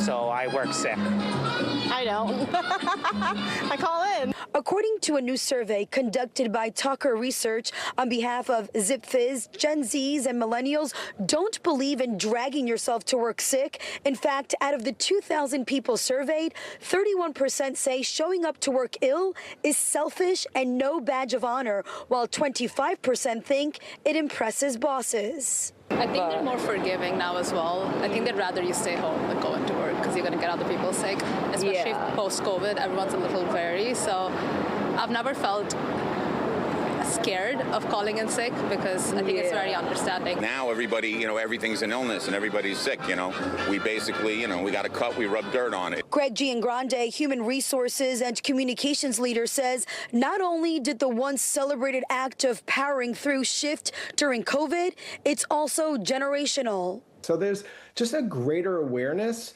of spreading germs and how it could impact other people. So that's one of the things.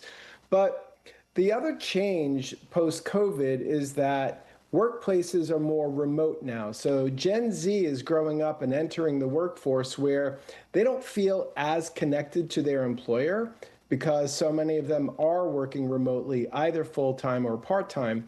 And so when you don't feel as connected, you don't necessarily feel as motivated to power through or feel the pressure to show up. Do you think it's selfish to call out sick when you're not sick and have your colleagues pick up your slack?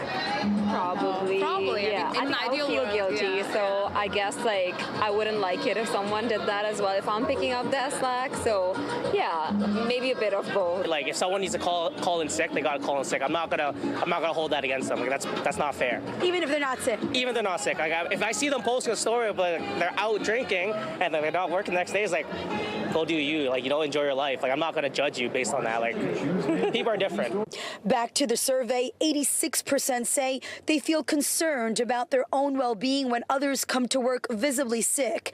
In Midtown, I'm Jessica Formoso. Good day, New York. You got sick days. If you're sick, use them. Take them. Yes. Okay. All right. When we come back, model and actress Elizabeth Hurley. Friend of She's Good here? Day. She's the global ambassador for Estee Lauder's breast cancer campaign. We love having you here every year, raising awareness. Let's talk a little bit. Plus, we got to talk a little Billy. Is Billy with you? I was wondering how long it would take her to bring this up. You?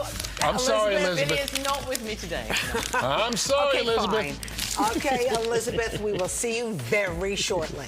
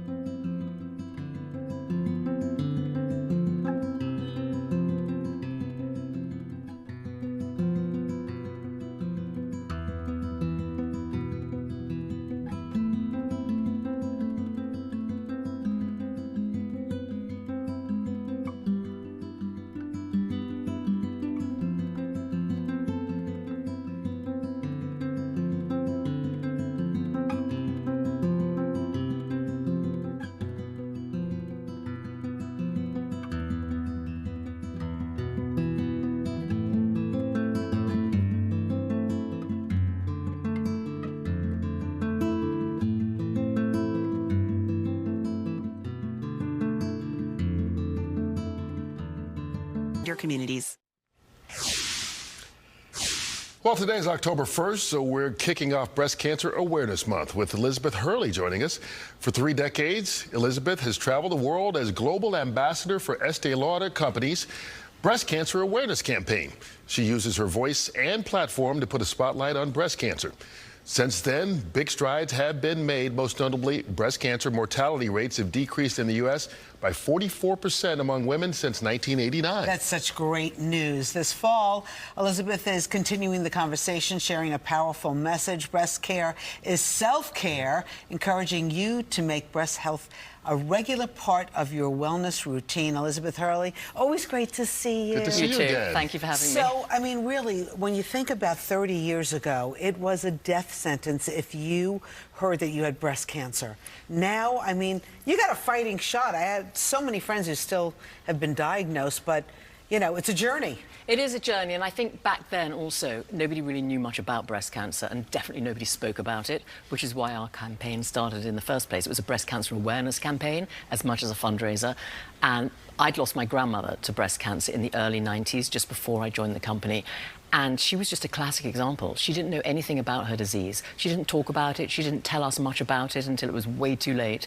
And that's really what this campaign started off to do, to enable people to talk about this disease, get it out into the open, and raise the money to find a cure. So that's what this has all been about. So I know you talk about self-care, yes, regular mammograms, but also you have to examine yourself, because I know a lot of women who actually found a lump by self-examination. I know a lot of women who found lumps as well themselves. I think what we've learned is that it's about familiarizing yourself with your own breasts, perhaps doing a monthly self-check, so that if you feel something different, you can go to your doctor, because only we can really be that familiar with our own shape and sizes. Breasts, of course, change throughout the month, so a lot of people say pick a date and always use the same date, like the first of the month or something, and that seems to be a really good way to put breast care into self-care, so it becomes as natural as brushing your teeth, brushing your hair, checking your breasts. We talked about the mortality rates having plummeted. Yes. You know, gone down 44% since 1989 when you started the campaign. The flip side of it, though, is sadly more and more younger women are being diagnosed with breast cancer these days. They are, and there are many reasons for that.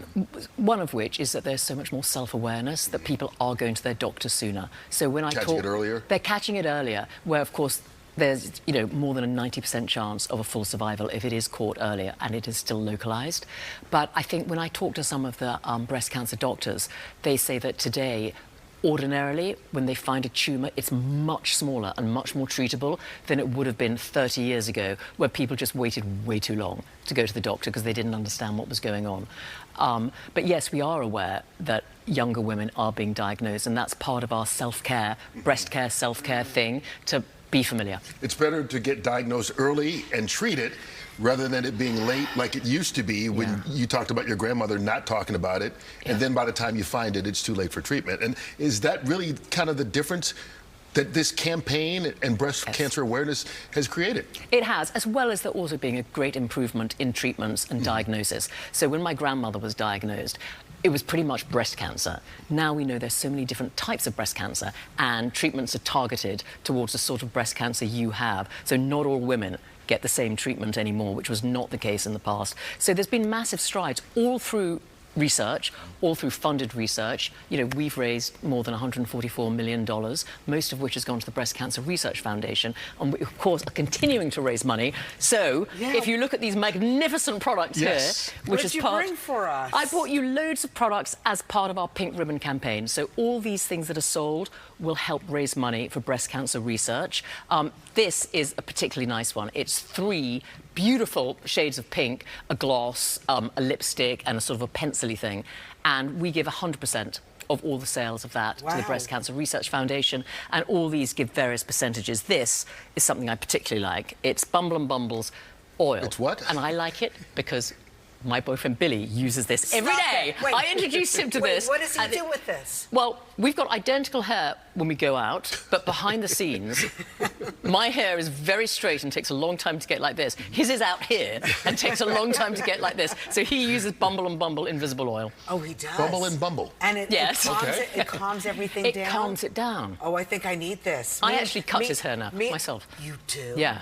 I Googled it. I YouTubed it. You two are very good together. Did I read that you're doing like some kind of product line, clothing line? That was a myth. That was an internet myth. We are not doing a product line, bed linen or anything else. No, that's rubbish. No, that's rubbish. No.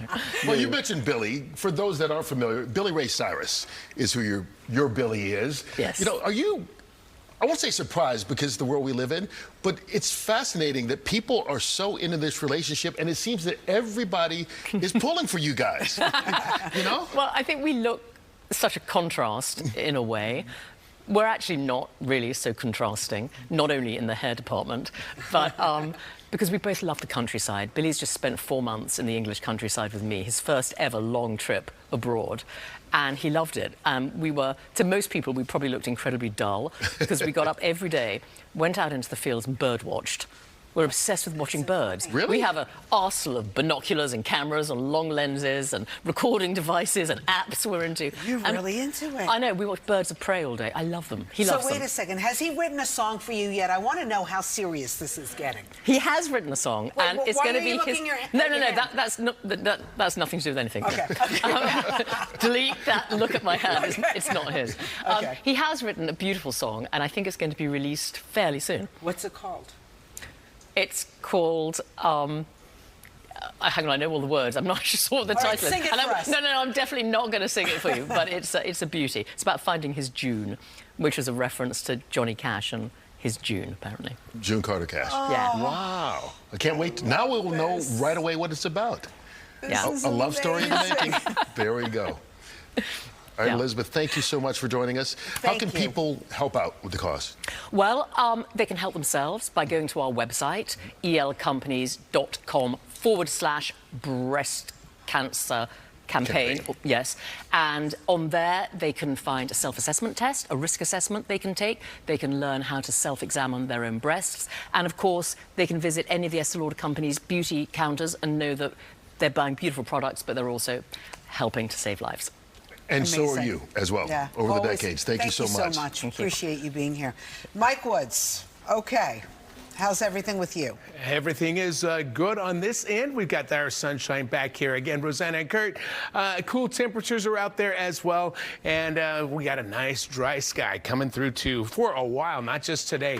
Let's take a look at the headlines for you. First of all, it is a much cooler start with our temperatures having dropped about 10 degrees on average around most of the metro areas.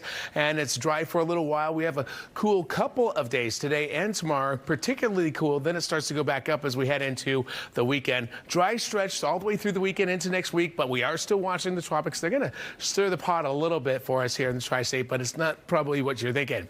At this point, yes, it's a clear sky. We've got a lot of sunshine out there. Temps at 56 Central Park. It's definitely a difference from what we had yesterday. 60 in Islip and 48 degrees in Sussex, running 5 to 10 degrees cooler now than it was at the same time yesterday, and that's what the wind is doing, coming in from the north and northeast at around 7 to 17 miles per hour. So it's a decent little wind. Definitely has a bit of a chilling effect, but other than that, we're in good shape. High pressure gives us a sunny sky and a cool breeze coming in from Canada, and that keeps your temperatures down. But we do have 2 storms offshore, which, well, of course, we've been watching for the last several days.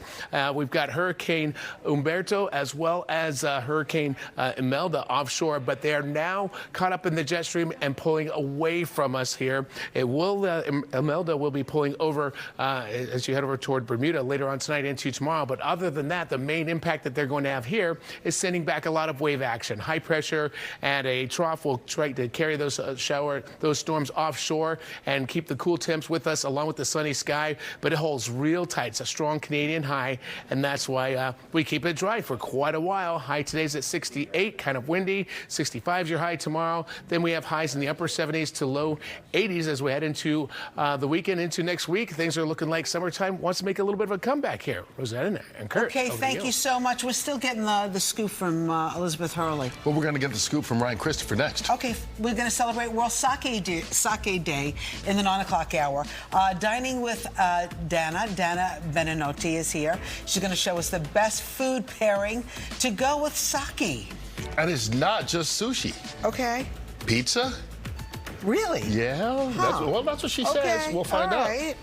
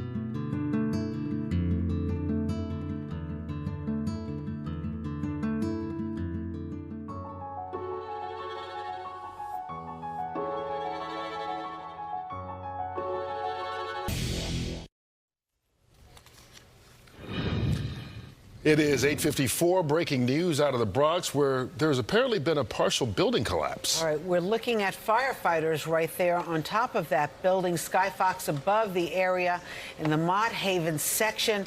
There are unconfirmed reports of a gas explosion that caused an incinerator shaft to collapse. Can we see this? There we go. You can see the partial collapse right there. Yeah. No reported injuries, thank goodness, so far, but it looks like the entire elevator shaft appears to be gone. I know. That shot. That is, like, unusual to see that. Hopefully no one was on the elevator.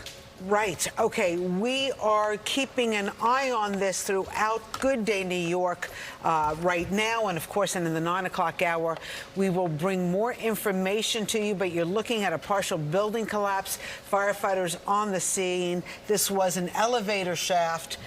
That's what we're being told. Exactly. Yeah. We'll find out more information and bring it to you just as soon as we get it. But right now, Ryan Christopher lightens the mood with a little entertainment news. Well, good morning to the both of you. This morning we're talking about John Cena. This is pretty exciting for Mr. Cena, or I guess we'll talk about Taylor Swift instead. Is that what we're going to do? Sure, let's talk about Taylor. The official release party of a showgirl. We're talking about a movie. Yeah, Taylor's going to have yet another movie in cinemas this weekend, and it is expected to rule the box office. Now, Variety is reporting that it's tracked to make 35 to 40 million bucks in ticket sales. The official release party of a showgirl. It's an 89-minute event with a new music video from the album and behind-the-scenes footage off of Taylor Swift's 12th studio album, The Life of a Showgirl, which drops this Friday. Now, the singer's 2023 movie, Taylor Swift, The Eras Tour, that topped the box office, making $93 million when it first debuted. And this cinematic Swift experience is expected to beat out Dwayne "The Rock" Johnson's gritty performance in The Smashing Machine this weekend. So stay tuned for that. But don't you worry, we got more Taylor Swift news as she is making a Recording Industry Association of America history. She became the first and only female artist to surpass 100 million album sales for RIAA, and they're saying that Swift sold more than 105 million albums as of September 30th to date. And the Beatles, they sold 183 million units. Garth Brooks selling 162 million, followed by Elvis Presley and the Eagles. But if you didn't get a chance to check out that Life of a Showgirl pop-up here in New York City yesterday, you also have today and tomorrow. Swifties lining up on West 27th Street in Chelsea yesterday for this event, all to celebrate the upcoming release of Taylor Swift's latest album. And fans can step into different rooms, all designed around her album. Some of the rooms, they have unreleased lyrics, a little Easter egg there. And of course, every room has a little photo opportunity as well. I'm hoping that we have some Easter eggs. Maybe there's some merch, maybe not even to purchase, just to see. I like a little bit of a preview. Maybe some music. Doesn't even have to be new stuff. I just want to jam out to some Taylor, so I'm ready for whatever. We were actually at the Botanical Gardens because we had reservations, and then we ran here. And we're all the way from Seattle, so we came, so we just like timed it perfectly. Yeah. So did you know it was going to happen the next 3 days, or was this? It was a surprise. It was a surprise. All right, now that pop-up is open from noon until 9 p.m. today and tomorrow. And that new album, Life of a Showgirl, drops this Friday. This is very, very, very exciting. I feel like this is like the life of Rosanna Scotto. You are the ultimate showgirl. No, I'm not. Yeah, you are. You're on a show. You're a gal. Come on now. You kidding me? Okay, fine. Fine. It's a compliment, all right, Rosanna? She's not playing along on that fine. one. So. Fine. We got a lot coming up at 9. Let's talk about it, okay? Yes. What do we got? We're moving on. We're moving on. That's right. Moving on. Bye. We're chatting with Lisa Brenner. That's right, about writing, producing her new movie, One Big Happy Family, sort of based on her life. Yeah, we got a lot coming up your way, and we'll update you on that situation in the Bronx when we continue.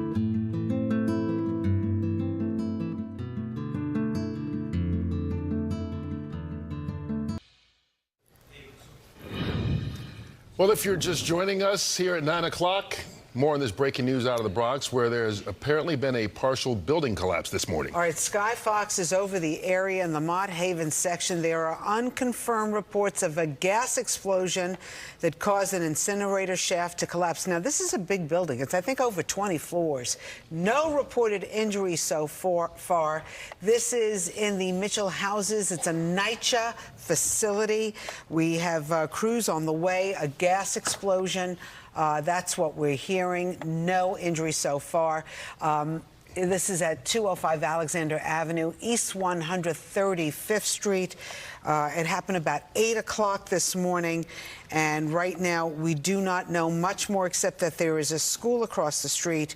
There was no word of evacuation so far. City officials are saying no known injuries at this point, and we're keeping an eye on it throughout the 9 o'clock hour of Good Day New York. But you can see all the debris. You see, first of all, the firefighters that are working there, but you can see all the debris where it appears that the entire elevator shaft is gone. Like there's nothing left of it, and obviously if the reports prove to be true that there was a gas explosion, you could see it going right up that shaft, and as that blew it up, yeah, for there's lack a of lot a better of term, rubble. and that's what's left over. We're looking at a lot of rubble here on the ground. And this is where you hope certainly no one was in that elevator at the time as they continue to go through the rubble. Looks like, knock on wood, the rest of the building remains intact. We'll have much more information on that as we continue here on Good Day New York just as soon as it comes in. But you can see the firefighters are still looking, and you don't want to speculate, but they don't seem to be hurried. I don't know. So maybe that means a good sign. They're looking through the rubble right now, so let's see how that goes. But there's a lot of rubble everywhere. And what does this mean for the stability of that building?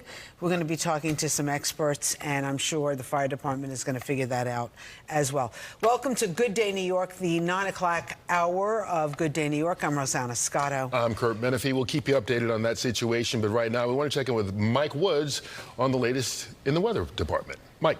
All right, and we got a little weather shift here with the sunshine out there. It's a sunny, beautiful, cool day. However, our temperatures are quite a bit cooler now than what we had 24 hours ago. So it does look like we're going to have the clear skies stick around, therefore lots of sunshine, and your temperatures just today and tomorrow, they're going to be a little bit below normal. Let's check them out and see where they stand right now.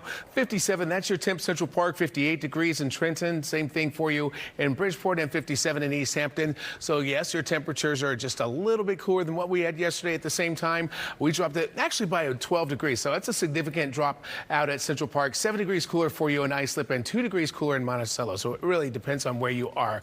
But a cool, dry day out there. The breeze is coming in from the north and northeast at around 8 to 18 miles per hour. So that wind does make a difference in terms of what it feels like outside, but at least it's still dry at the same time. And it does look like we're going to keep it dry for quite a while. In fact, the 7-day forecast is looking dry for the most part. High pressure sitting down that cool, dry air. We do have those 2 storms offshore, 2 hurricanes. We have Hurricane Umberto as well as Imelda. Imelda looking like it's going to absorb more of the energy out of Umberto as it continues to make its move to the east. But these are both making their way away from the east coast and therefore having less and less of an impact, but an impact nonetheless. But that's mainly surf. High surf will be coming through. By the way, Imelda will be making a pass over Bermuda late tonight and into tomorrow morning, and then it moves out into the Atlantic waters.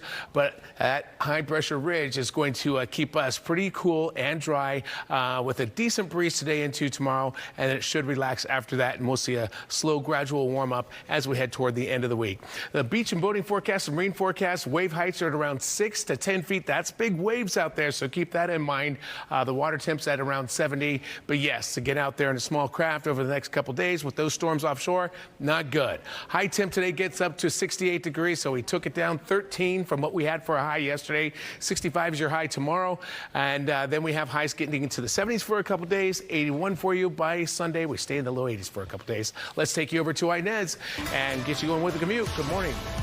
Good morning, Mike. It's a tough one out there. Street cleaning rules are in effect right now on Long Island. We have an accident blocking multiple lanes on the LI eastbound, including the HOV lanes. This is over by exit 61. So you have heavy delays eastbound along with rubbernecking delays on the westbound side. Then in Queens, there's another accident, this one on the LI as well, westbound by Morris Avenue. Multiple cars are involved. Looks like they're clearing it away. In the meantime, a couple of lanes blocked. Be prepared for heavy delays there heading westbound there. So you have a bigger picture of that. And then the cross Bronx over by Jerome Avenue, you have an accident involving a dump truck there. Right lane blocked there eastbound. Delays back to the George Washington Bridge actually affecting the GWB there inbound. We'll check on those delays in a second. Route 46 in New Jersey eastbound by Union Boulevard. You have a disabled bus. The Gowanus emergency construction on the outbound side approaching 38th Street, backing things up to the BQE there. So traffic really slow heading towards the Belt Merge. On the inbound side, you have your usual delays. The George Washington Bridge inbound, it's 40 minutes heading towards the upper level, lower level 30 minutes. The Lincoln Tunnel, if you're heading from that direction, it's about 10 minutes, 5 to 10. Same goes for the Holland. With the rails, things are doing pretty good. New Jersey Transit continues with that special schedule on the Morrison Essex line, the Gladstone branch, and the Montclair Boonton line. Curt and Rosanna, back to you. Yeah, and as we know, there's some traffic delays around that Mott Haven section because of the partial building collapse. We're keeping an eye on that. As soon as we get some more information, we'll bring it to you right away. Meanwhile, everybody's talking about that deadlock in Congress has led to a total government shutdown. So what does that mean for you? Good days. Haley Fixler joins us right now. Haley, what does it mean? Well, good morning, Curt, Rosanna. Well, it means right now that millions of federal workers, they're not getting paid right now, with the exception of members of Congress. Now, we don't know how long this shutdown is going to last. The last time this happened was in 2018, and then it went on for 35 days. So here's what you do need to know. The Congressional Budget Office announced about 750,000 employees will be furloughed each day the shutdown continues. Essential government workers, so we're talking TSA agents, members of the military, federal law enforcement officers, and air traffic controllers, they will continue working, but it will be without pay. They all will get back pay once the government reopens. Now, this shutdown comes after months of arguing between Republicans and Democrats. Both sides refused to budge or compromise on the spending bills. The Republican bill would keep the government up and running through November 21st, but Senate Democrats will not approve it unless Republicans extend health care tax credits for low and middle income people. They say they also want to reverse some of those Medicaid cuts that passed in Trump's big, beautiful bill, and both sides are blaming each other. Take a listen to what Vice President J.D. Vance said on Fox and Friends within the last hour. The longer this drags on, the worse that it is for the American people. So we are where we are. And to your point, what do Senate Democrats ask for? Well, initially, they said that they wanted to shut down the government because Donald Trump was a dictator. Okay, that's absurd. Then they said they wanted to shut down the government because they wanted hundreds of billions of dollars for health care benefits for illegal aliens. That, of course, is also absurd. And now they're saying they just want to work on ensuring that Americans have low-cost health care. Well, I agree with them. Of course, we all want to ensure that Americans have low-cost health care, so let's work together on that. You don't shut the government down. You don't take the government as a hostage because you want to engage in a negotiation about health care costs. All right, the White House has threatened mass layoffs. Right now, 2 unions have filed suits against the Trump administration over their plan to fire federal workers.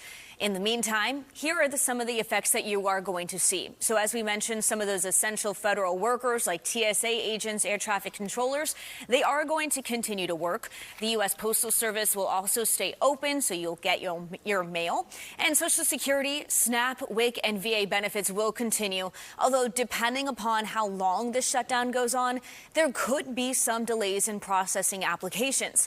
The National Weather Service will continue operating, as will FEMA. And right now, it does also appear that the national parks will stay open if they are already readily accessible to the public. Now, senators, they're set to meet again in just 1 hour, and then there should be a vote at 11. So we're going to have to see what happens then. Curt, Rosanna? All right. Thank you very much, Haley. Meanwhile, back here in New York, approved rent hikes on rent-stabilized apartments go into effect today. Well, it means New Yorkers who are renewing their leases for 1 year will see a 3% increase. There is a 4.5% increase on 2-year leases. The city's Rent Guidelines Board voted 5-4 in June for the rent hike. And the MTA board has approved a fare hike for train and bus rides. The hike will bump the cost of a single subway or bus ride from $2.90 to $3. The board also approved a 4.5% hike to both LIRR and Metro North monthly tickets and a 7% toll increase for MTA bridges and tunnels. The new rates are set to take effect the first week of January. And Hoboken is cracking down on illegal parking now. All right, starting today, the city is implementing a camera-based license plate enforcement. A recent city study found that every day, on average, there were 68 double parking violations. Bus stops were blocked 158 times. Bike lanes were blocked for more than 4 hours. And over half of the loading zone use was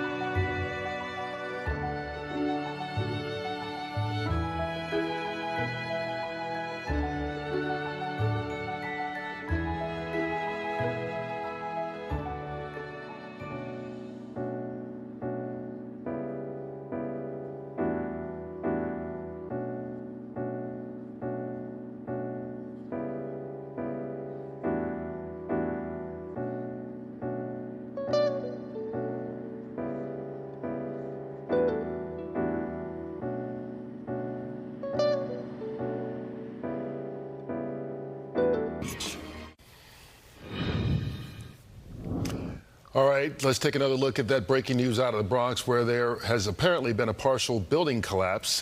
Sky Fox is above the scene right now in the Mott Haven section. There are unconfirmed reports of a gas explosion that caused an incinerator shaft to collapse.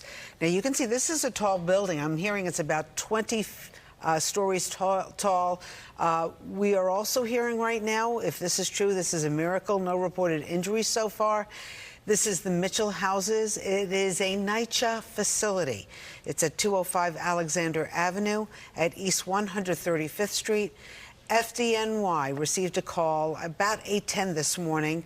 We are continuing to stay on top of this. We have some experts. I'm sorry, one more time? Okay, Dan Rice is in Sky Fox right above it. Dan, what do you know?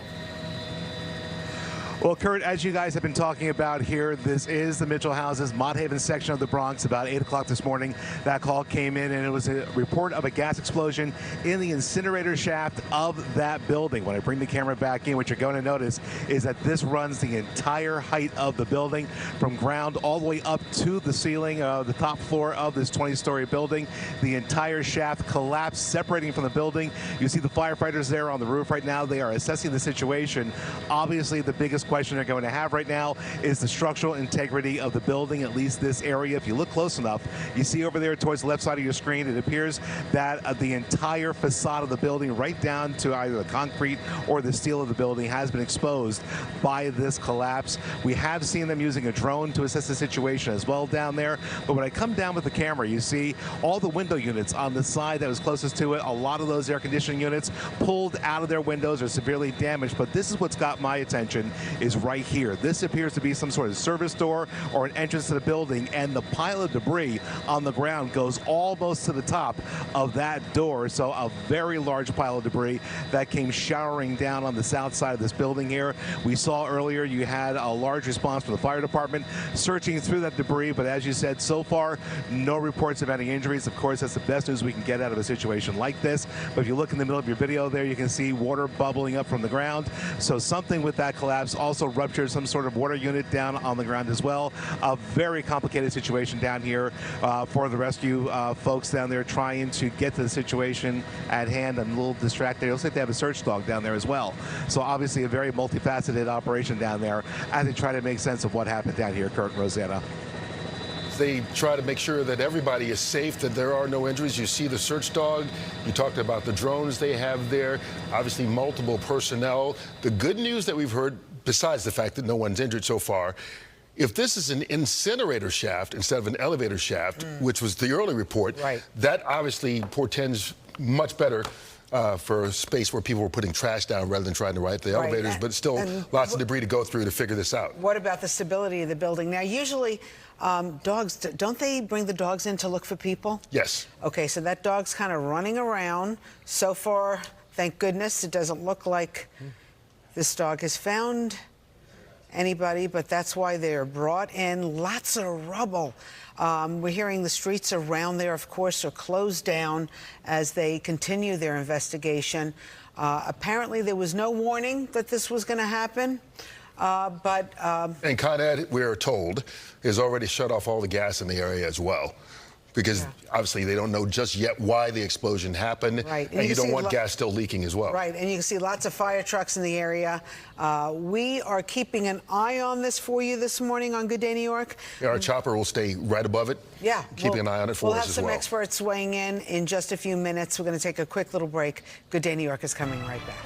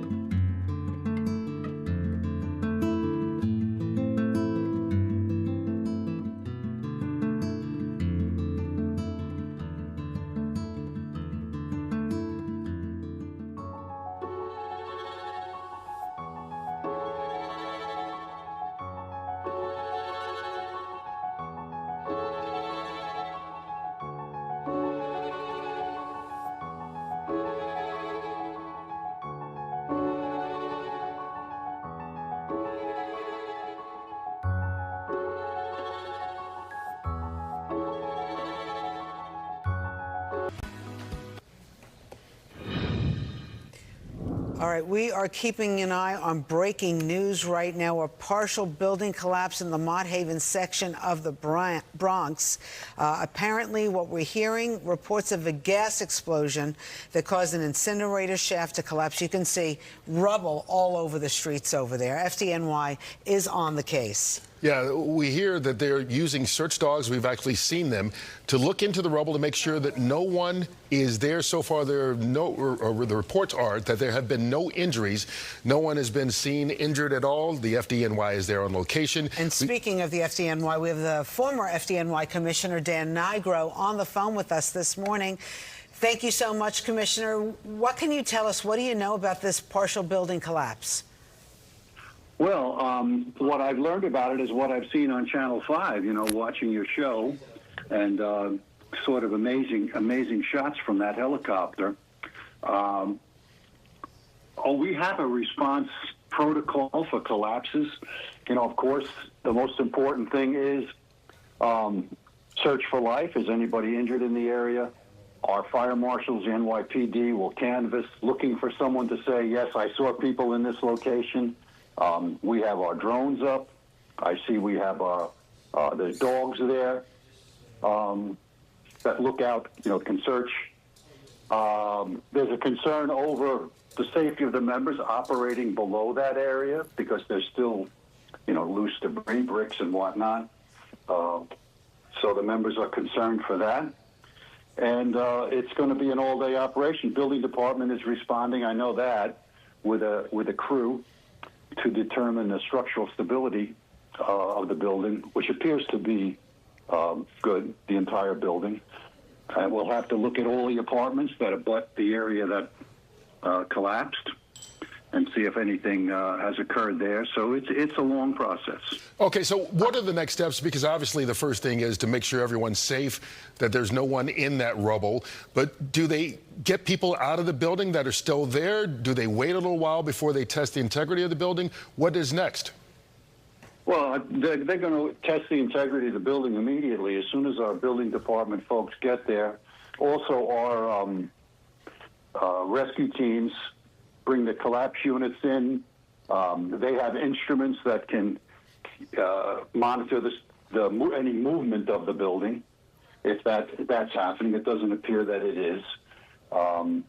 They will remove people from the area adjoining. You know, it's quite a large building, the section that collapsed. So all of this is going on simultaneously. And most important thing is, if we get any reports from folks that somebody was seen in the area and is now we're unable to contact them, that would be a concern and would give us an particular area to search. But the rubble removal is certainly going to be a long, arduous process. Commissioner, I know it's probably too early to tell. Do we know if anybody called in reports of smelling gas or anything in the area? I mean, how does something like this happen? Well, these shafts now, you know, buildings at one time had incinerators. Now they use compactors. There are certain ways that an explosion could take place.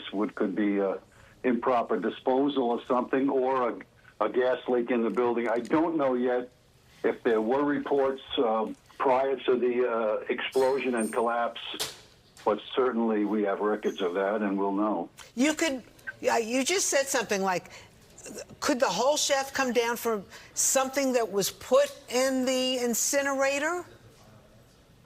Well, it would certainly have to be something major, completely inappropriate. Yes. Right. So, but it's very unusual for this to happen to begin with. You know, we've had explosions in these shafts when people dispose of things they shouldn't. An explosion of this magnitude is certainly a little different from the norm. Are you concerned about other buildings in the area? I understand Con Ed has already turned off the gas in that area, but would you be concerned about anything with the buildings surrounding it? Only if we started to receive calls from residents of other buildings that they notice a smell of gas. But for now, I think the concern is the immediate location where this collapse took place, that quarter of the building, the debris field that was caused, and determining, as soon as possible, members will look into our fire marshals, the NYPD, arson explosion squad. They'll look into what could have caused this, and they'll find out. So we see traffic obviously blocked off in that area. We see lots of fire trucks over there.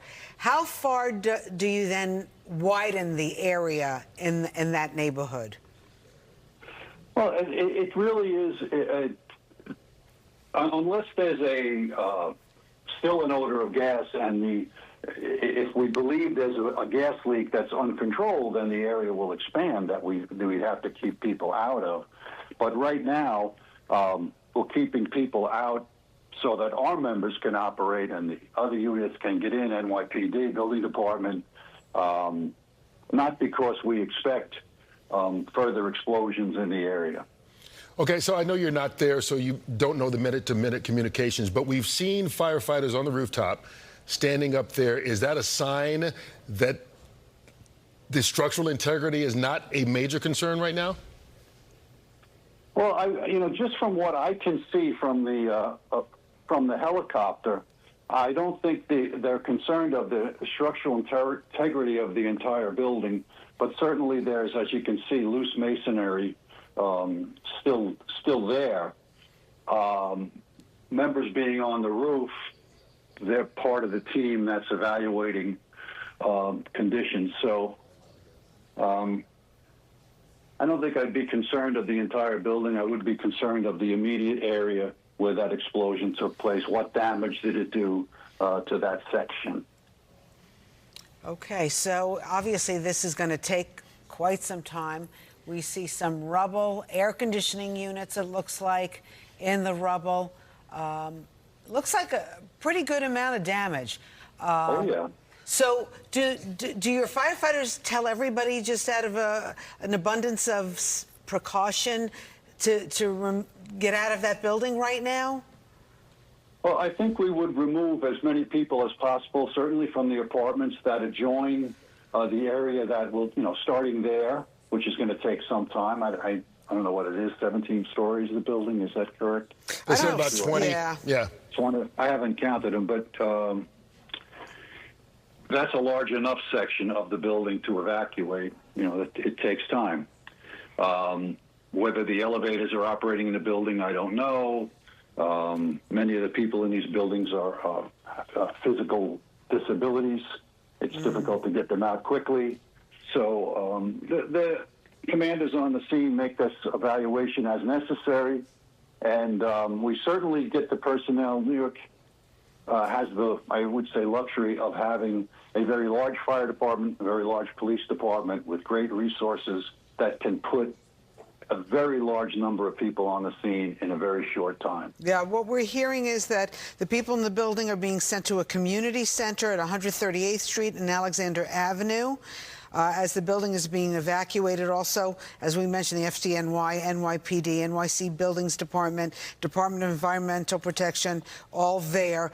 And apparently there is a collapsed underground water main also reported as a result of this explosion. And I guess they're looking into that as well. Before we let you go... yeah, sure. Yeah, I was going to say, before we let you go, look, we don't want to read too much into it because we're just seeing a picture from Skyfox.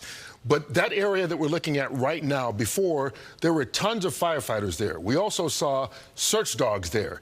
It appears that right now, all of the firefighters and the search dogs are gone from that area.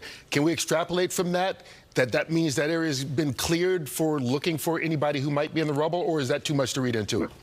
I think what it means is we have not gotten reports that there are people trapped there. There's no, nothing imminent that, yeah, there's 5 people. We know that they're in there. We have to look for them right away. I think what it means is let's wait and see if the structural integrity of the building is okay before we put all of those members underneath that section that came down and have a portion of the wall come down on top of them needlessly.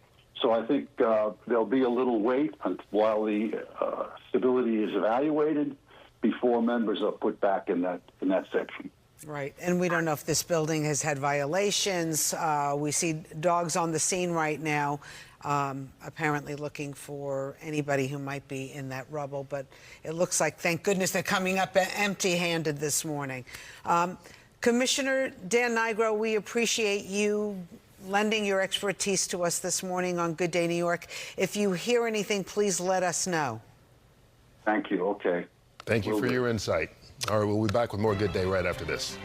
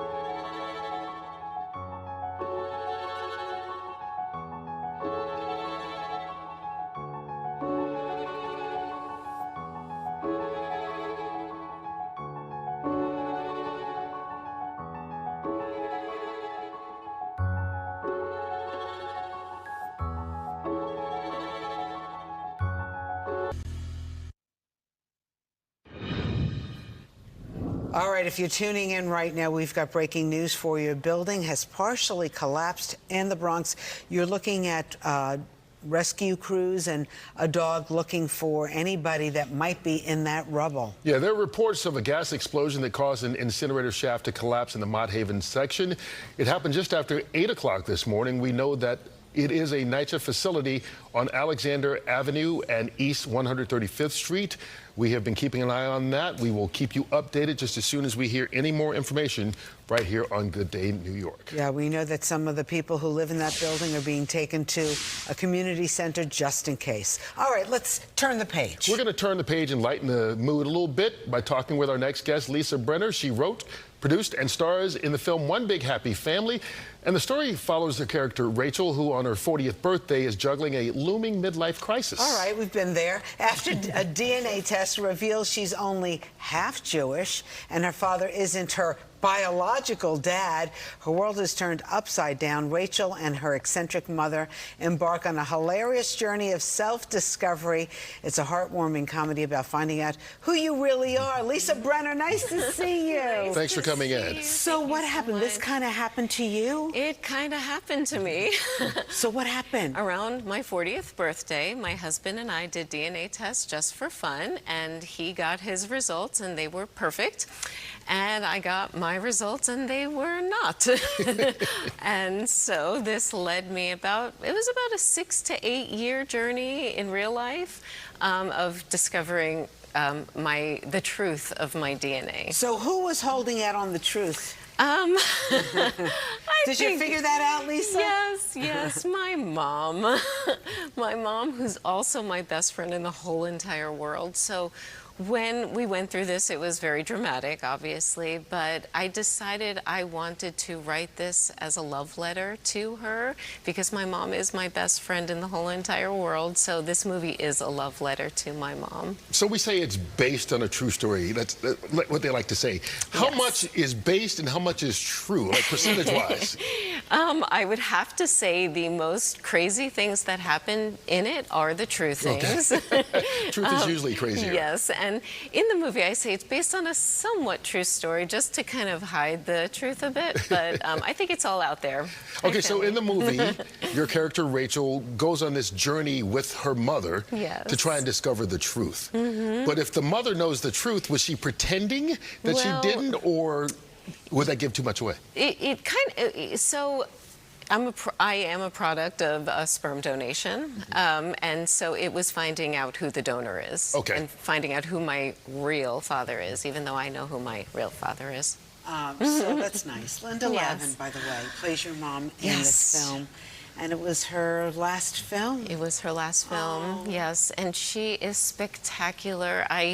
Gosh, I was such a fan of hers before. When I was writing it, I wanted it to be her.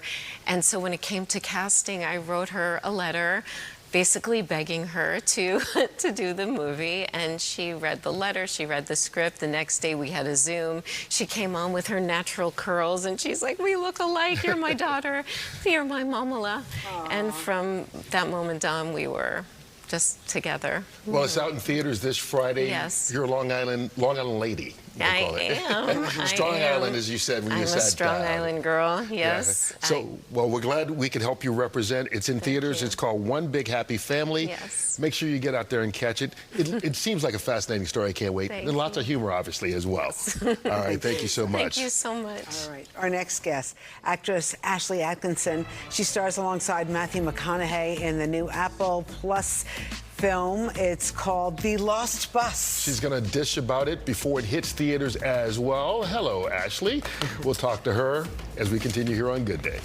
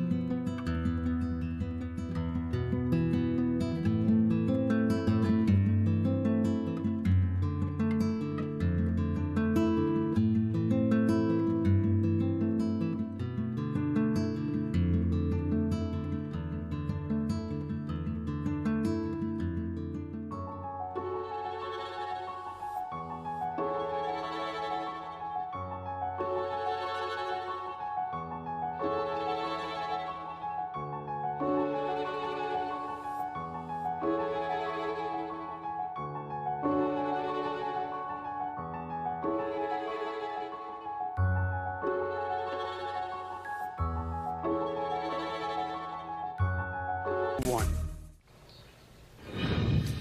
All right, we'll keep an eye on that breaking news in the Bronx, where that building has partially collapsed in the Mott Haven section. All right, Scott Fox is over that area. It is a NYCHA facility on Alexander Avenue and East 135th Street. The FDNY responding to reports of a gas explosion that caused an incinerator shaft to collapse. You can see part of that building is missing. We're hearing it's about, I don't know, 17, 20 stories around that. So far, the FDNY says there have been no reports of injuries. We see the dog kind of searching the rubble right now, and thank goodness coming up empty. There are drones. Look at the drone. Yeah, they've been using those all morning along with the dogs to make sure that no one's trapped in that rubble. Meanwhile, Mayor Eric Adams says he was briefed about the emergency and officials were still getting a full assessment.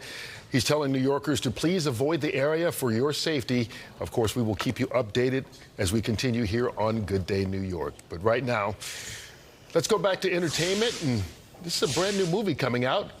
It's about the story that happened in 2018 in the town of Paradise, California. That's when everyone woke up to a fire that would change their lives, trapping residents in homes and cars, becoming one of the deadliest fires in American history. Apple TV Plus tells this story in a new film. It's called The Lost Bus. Actress Ashley Atkinson stars alongside Matthew McConaughey and America Ferrara in this gripping survival drama. Ashley's with us this morning.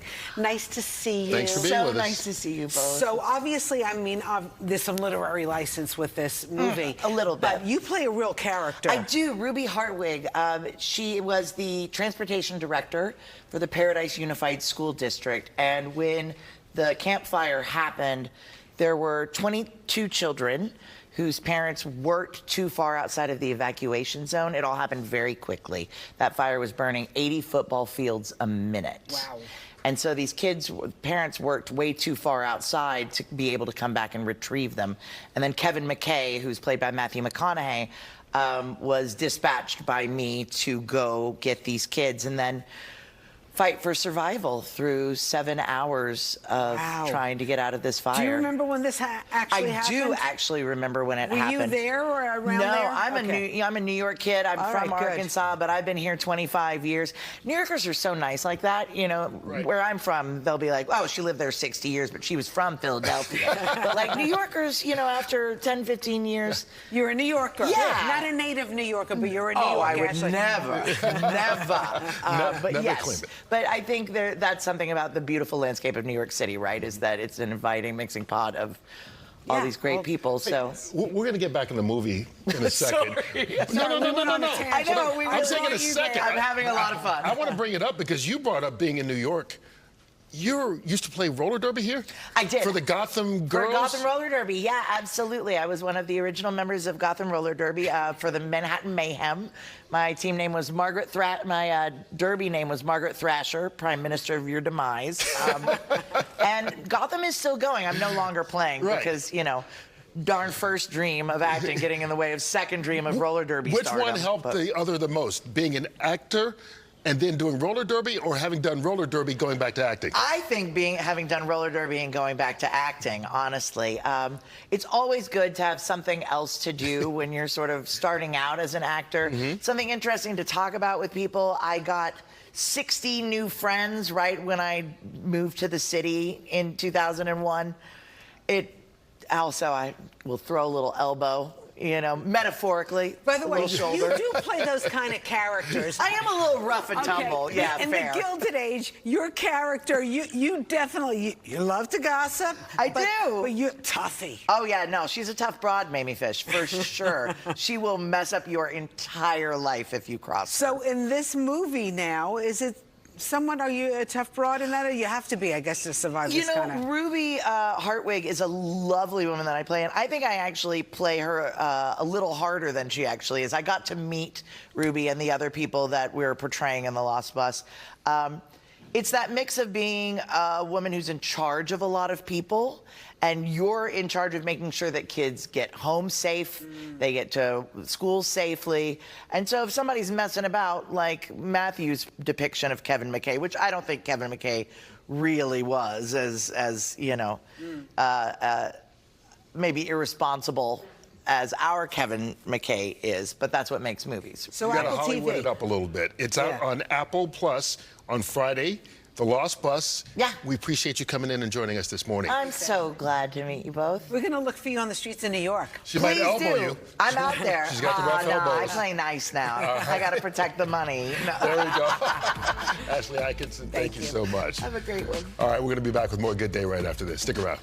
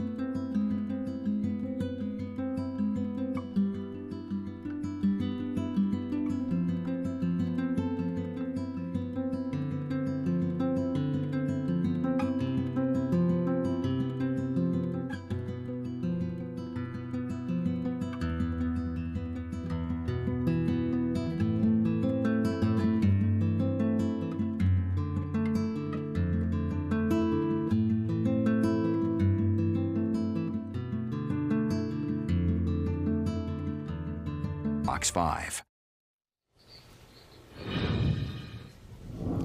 All right, we have been watching this breaking news in the Bronx where that building has had a partial collapse. We're told it's an incinerator shaft. There were reports of a gas explosion that caused it this morning. It happened in the Mott Haven section.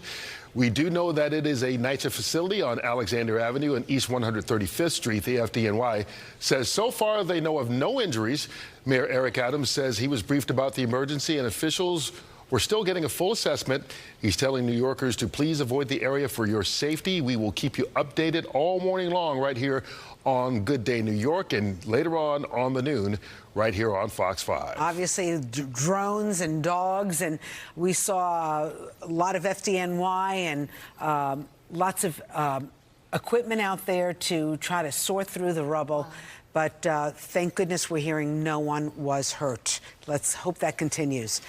All right, let's take a deep breath. Life goes on. And we are standing here to enjoy because it is World Sake Day, which is an annual celebration for the Japanese beverage of choice. All right, the date marks the traditional beginning of the annual sake production season in Japan following the rice harvest. Joining us this morning is chef and sommelier Dana Benenotti. Nice to see you. Always good to see you because you always come with a bottle, so we like that. And I hope you always come with a little bit of thirst and a good appetite. Yes, of course. Absolutely. Of course. So explain to us World Sake Day because people hear sake right away. You think sushi, Japanese food, but you say it's good for so much more. It is good for so much. Thank you. So much more. So sake, fermented rice beverage. This one is my favorite, Iwa Sake by Richard Geoffroy. He actually was the cellar master of Dom Perignon champagne. It smells so for almost good. 30 years. Is so good, right? It's amazing. Cheers to you both. So honestly, the ultimate pairing for sake is caviar, Petrosian caviar, ideally. But I am going to tell you a dirty little secret about me. I love it with pizza. I love it with fried chicken. Okay, and sake you're talking about, right? Yes. Okay, good. Okay. No, I'm following you, Dana. Cheers, Cheers. So, okay, I obviously have not started drinking yet, but You can imagine what I do. A little splash. It seems like it's going to be a tough day on New York, but it's the most resilient city, so we're going to celebrate with the Japanese, because on World Sake Day, it is the day that all of these amazing sake brewers are taking rice and starting to kick off their sake season. So in Japan, it's a very significant day today, too. So you talked about the variety of things that you can pair it with. In your mind, is it like, if I would have white wine with that, then I can have sake with that, or is it even more versatile than that? Your wine knowledge always impresses me, sir. Yes. I drink a lot, yes. Sake, believe it or not, it's a pretty acidic beverage. And when you have a really high quality sake like Iwa, it meets food where it is. It's all about Japanese balance and purity. So rather than worrying about like complementing the food or overpowering the food, sake comes to it and meets it where it is in the best way possible. Do you like to do caviar buns? Yes. Is that in your sure. Okay. Let's do it. Attaboy. I'll also give you a spoon if you feel like your hands aren't clean. Oh. Give it to me right here. What? Yeah, that's where we do it. Wait, what? You've never done that, Curt? Oh my! Is this your first? Are we stealing? Really? All right, this is Curt's a... Would you prefer a spoon? No. No. Let's do it. I know what does not word you were going to mess say, around. so just keep it to yourself. Okay, so we take a little caviar. Yeah. It's slightly warmed by the temperature on our skin, which is great because our sake here is chilled. Cheers. Cheers. Cheers. And we give it a good little lick. Ready? Really? Uh-huh. Wow. It's hard to go wrong. And then a little sip? Oh, absolutely. That's good. Caviar and sake to start the morning is hard to go So, wrong. Dana, where can you find this sake? Okay, this sake is available. Do I have lipstick all over my face? No, you look good. It's okay? No, yeah, Thank you're goodness. Okay, available online at Tipsy. But come on, we're in New York, so we're going to Astor Center. We're going to Union Square Wine. Both of them have it as well.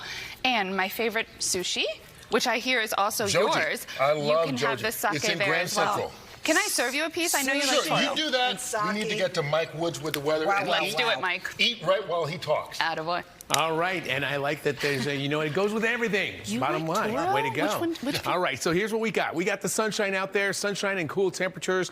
Looks like your temps are trying to recover, but it's a little bit of a struggle. We got 57 degrees Central Park, 56 degrees in White Plains, and 51 in Monticello. The reason it's a little tough to bring those temps up is this north wind that's coming by at around 8 to 18 miles per hour. It's pulling down that cooler Canadian air and keeping us dry, but also cool at the same time, since the air originations from up around Canada, the Canadian provinces. But we have these two storms offshore, two hurricanes as a matter of fact, but they are heading away from the mainland U.S. That's the good news. The bad news is Imelda will be making a pass over Bermuda here sometime late tonight into early tomorrow morning. But for us here in the tri-state, really the only thing we get is some rough surf out there, but it gets real rough. As far as temps go, we get up to a high of 68 degrees here today. Tonight we drop it down to about 50. Pretty chilly tonight. Tomorrow starts off cool, ends cool, but we do have warm temps as we make our way to the weekend. High temps will be in the upper 70s to low 80s for you as we get into next week. So a little bit of summertime still left over. Just got to wait a few more days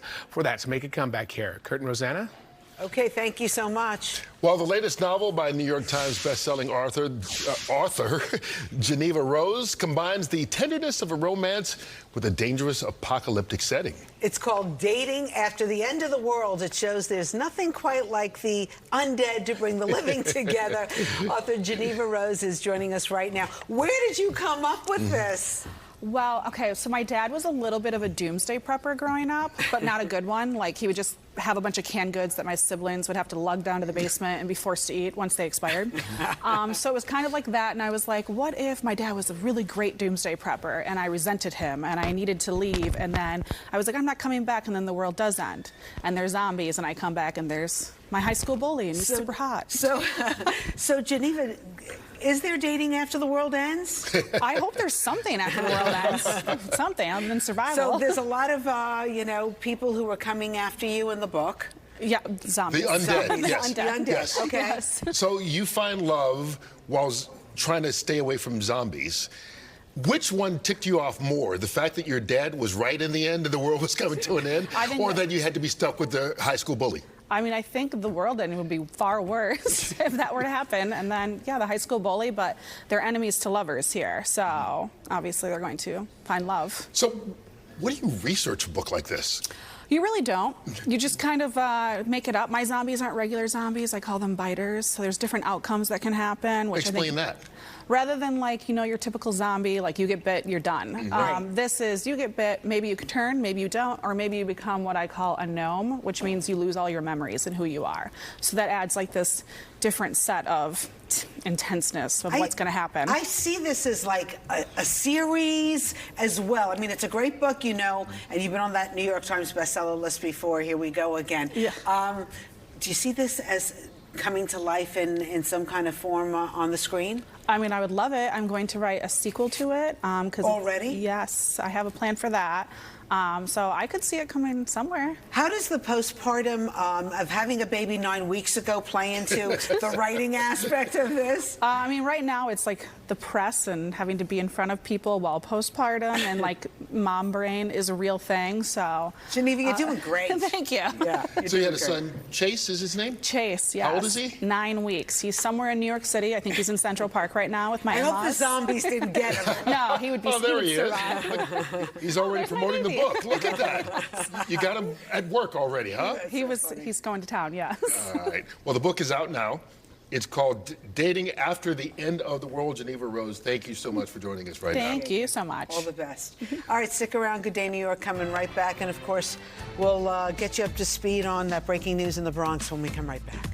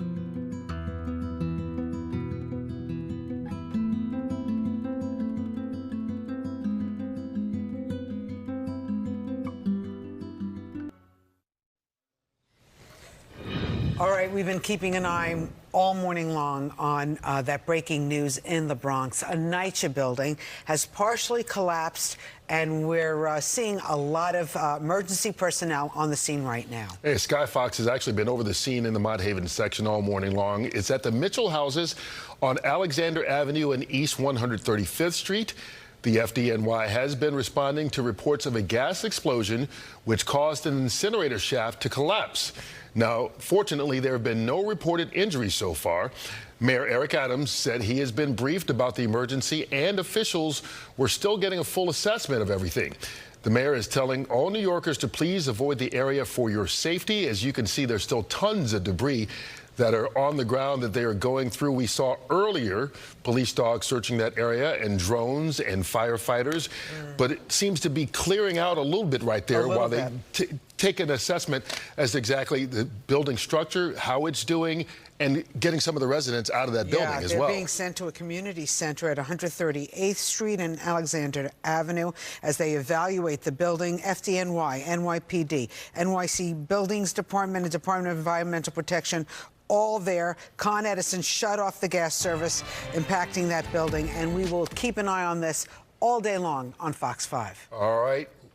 You can see the drone right there, right over the debris area. But so far, there have been no reported injuries, and from last we heard, no one has been reported missing just yet. So while they assess that and where everybody is, we will keep an eye on that situation. Certainly, we'll keep you updated, not only here throughout the morning on Fox 5, but at the noon, on the noon, at noon. In the meantime, we will see you then, folks.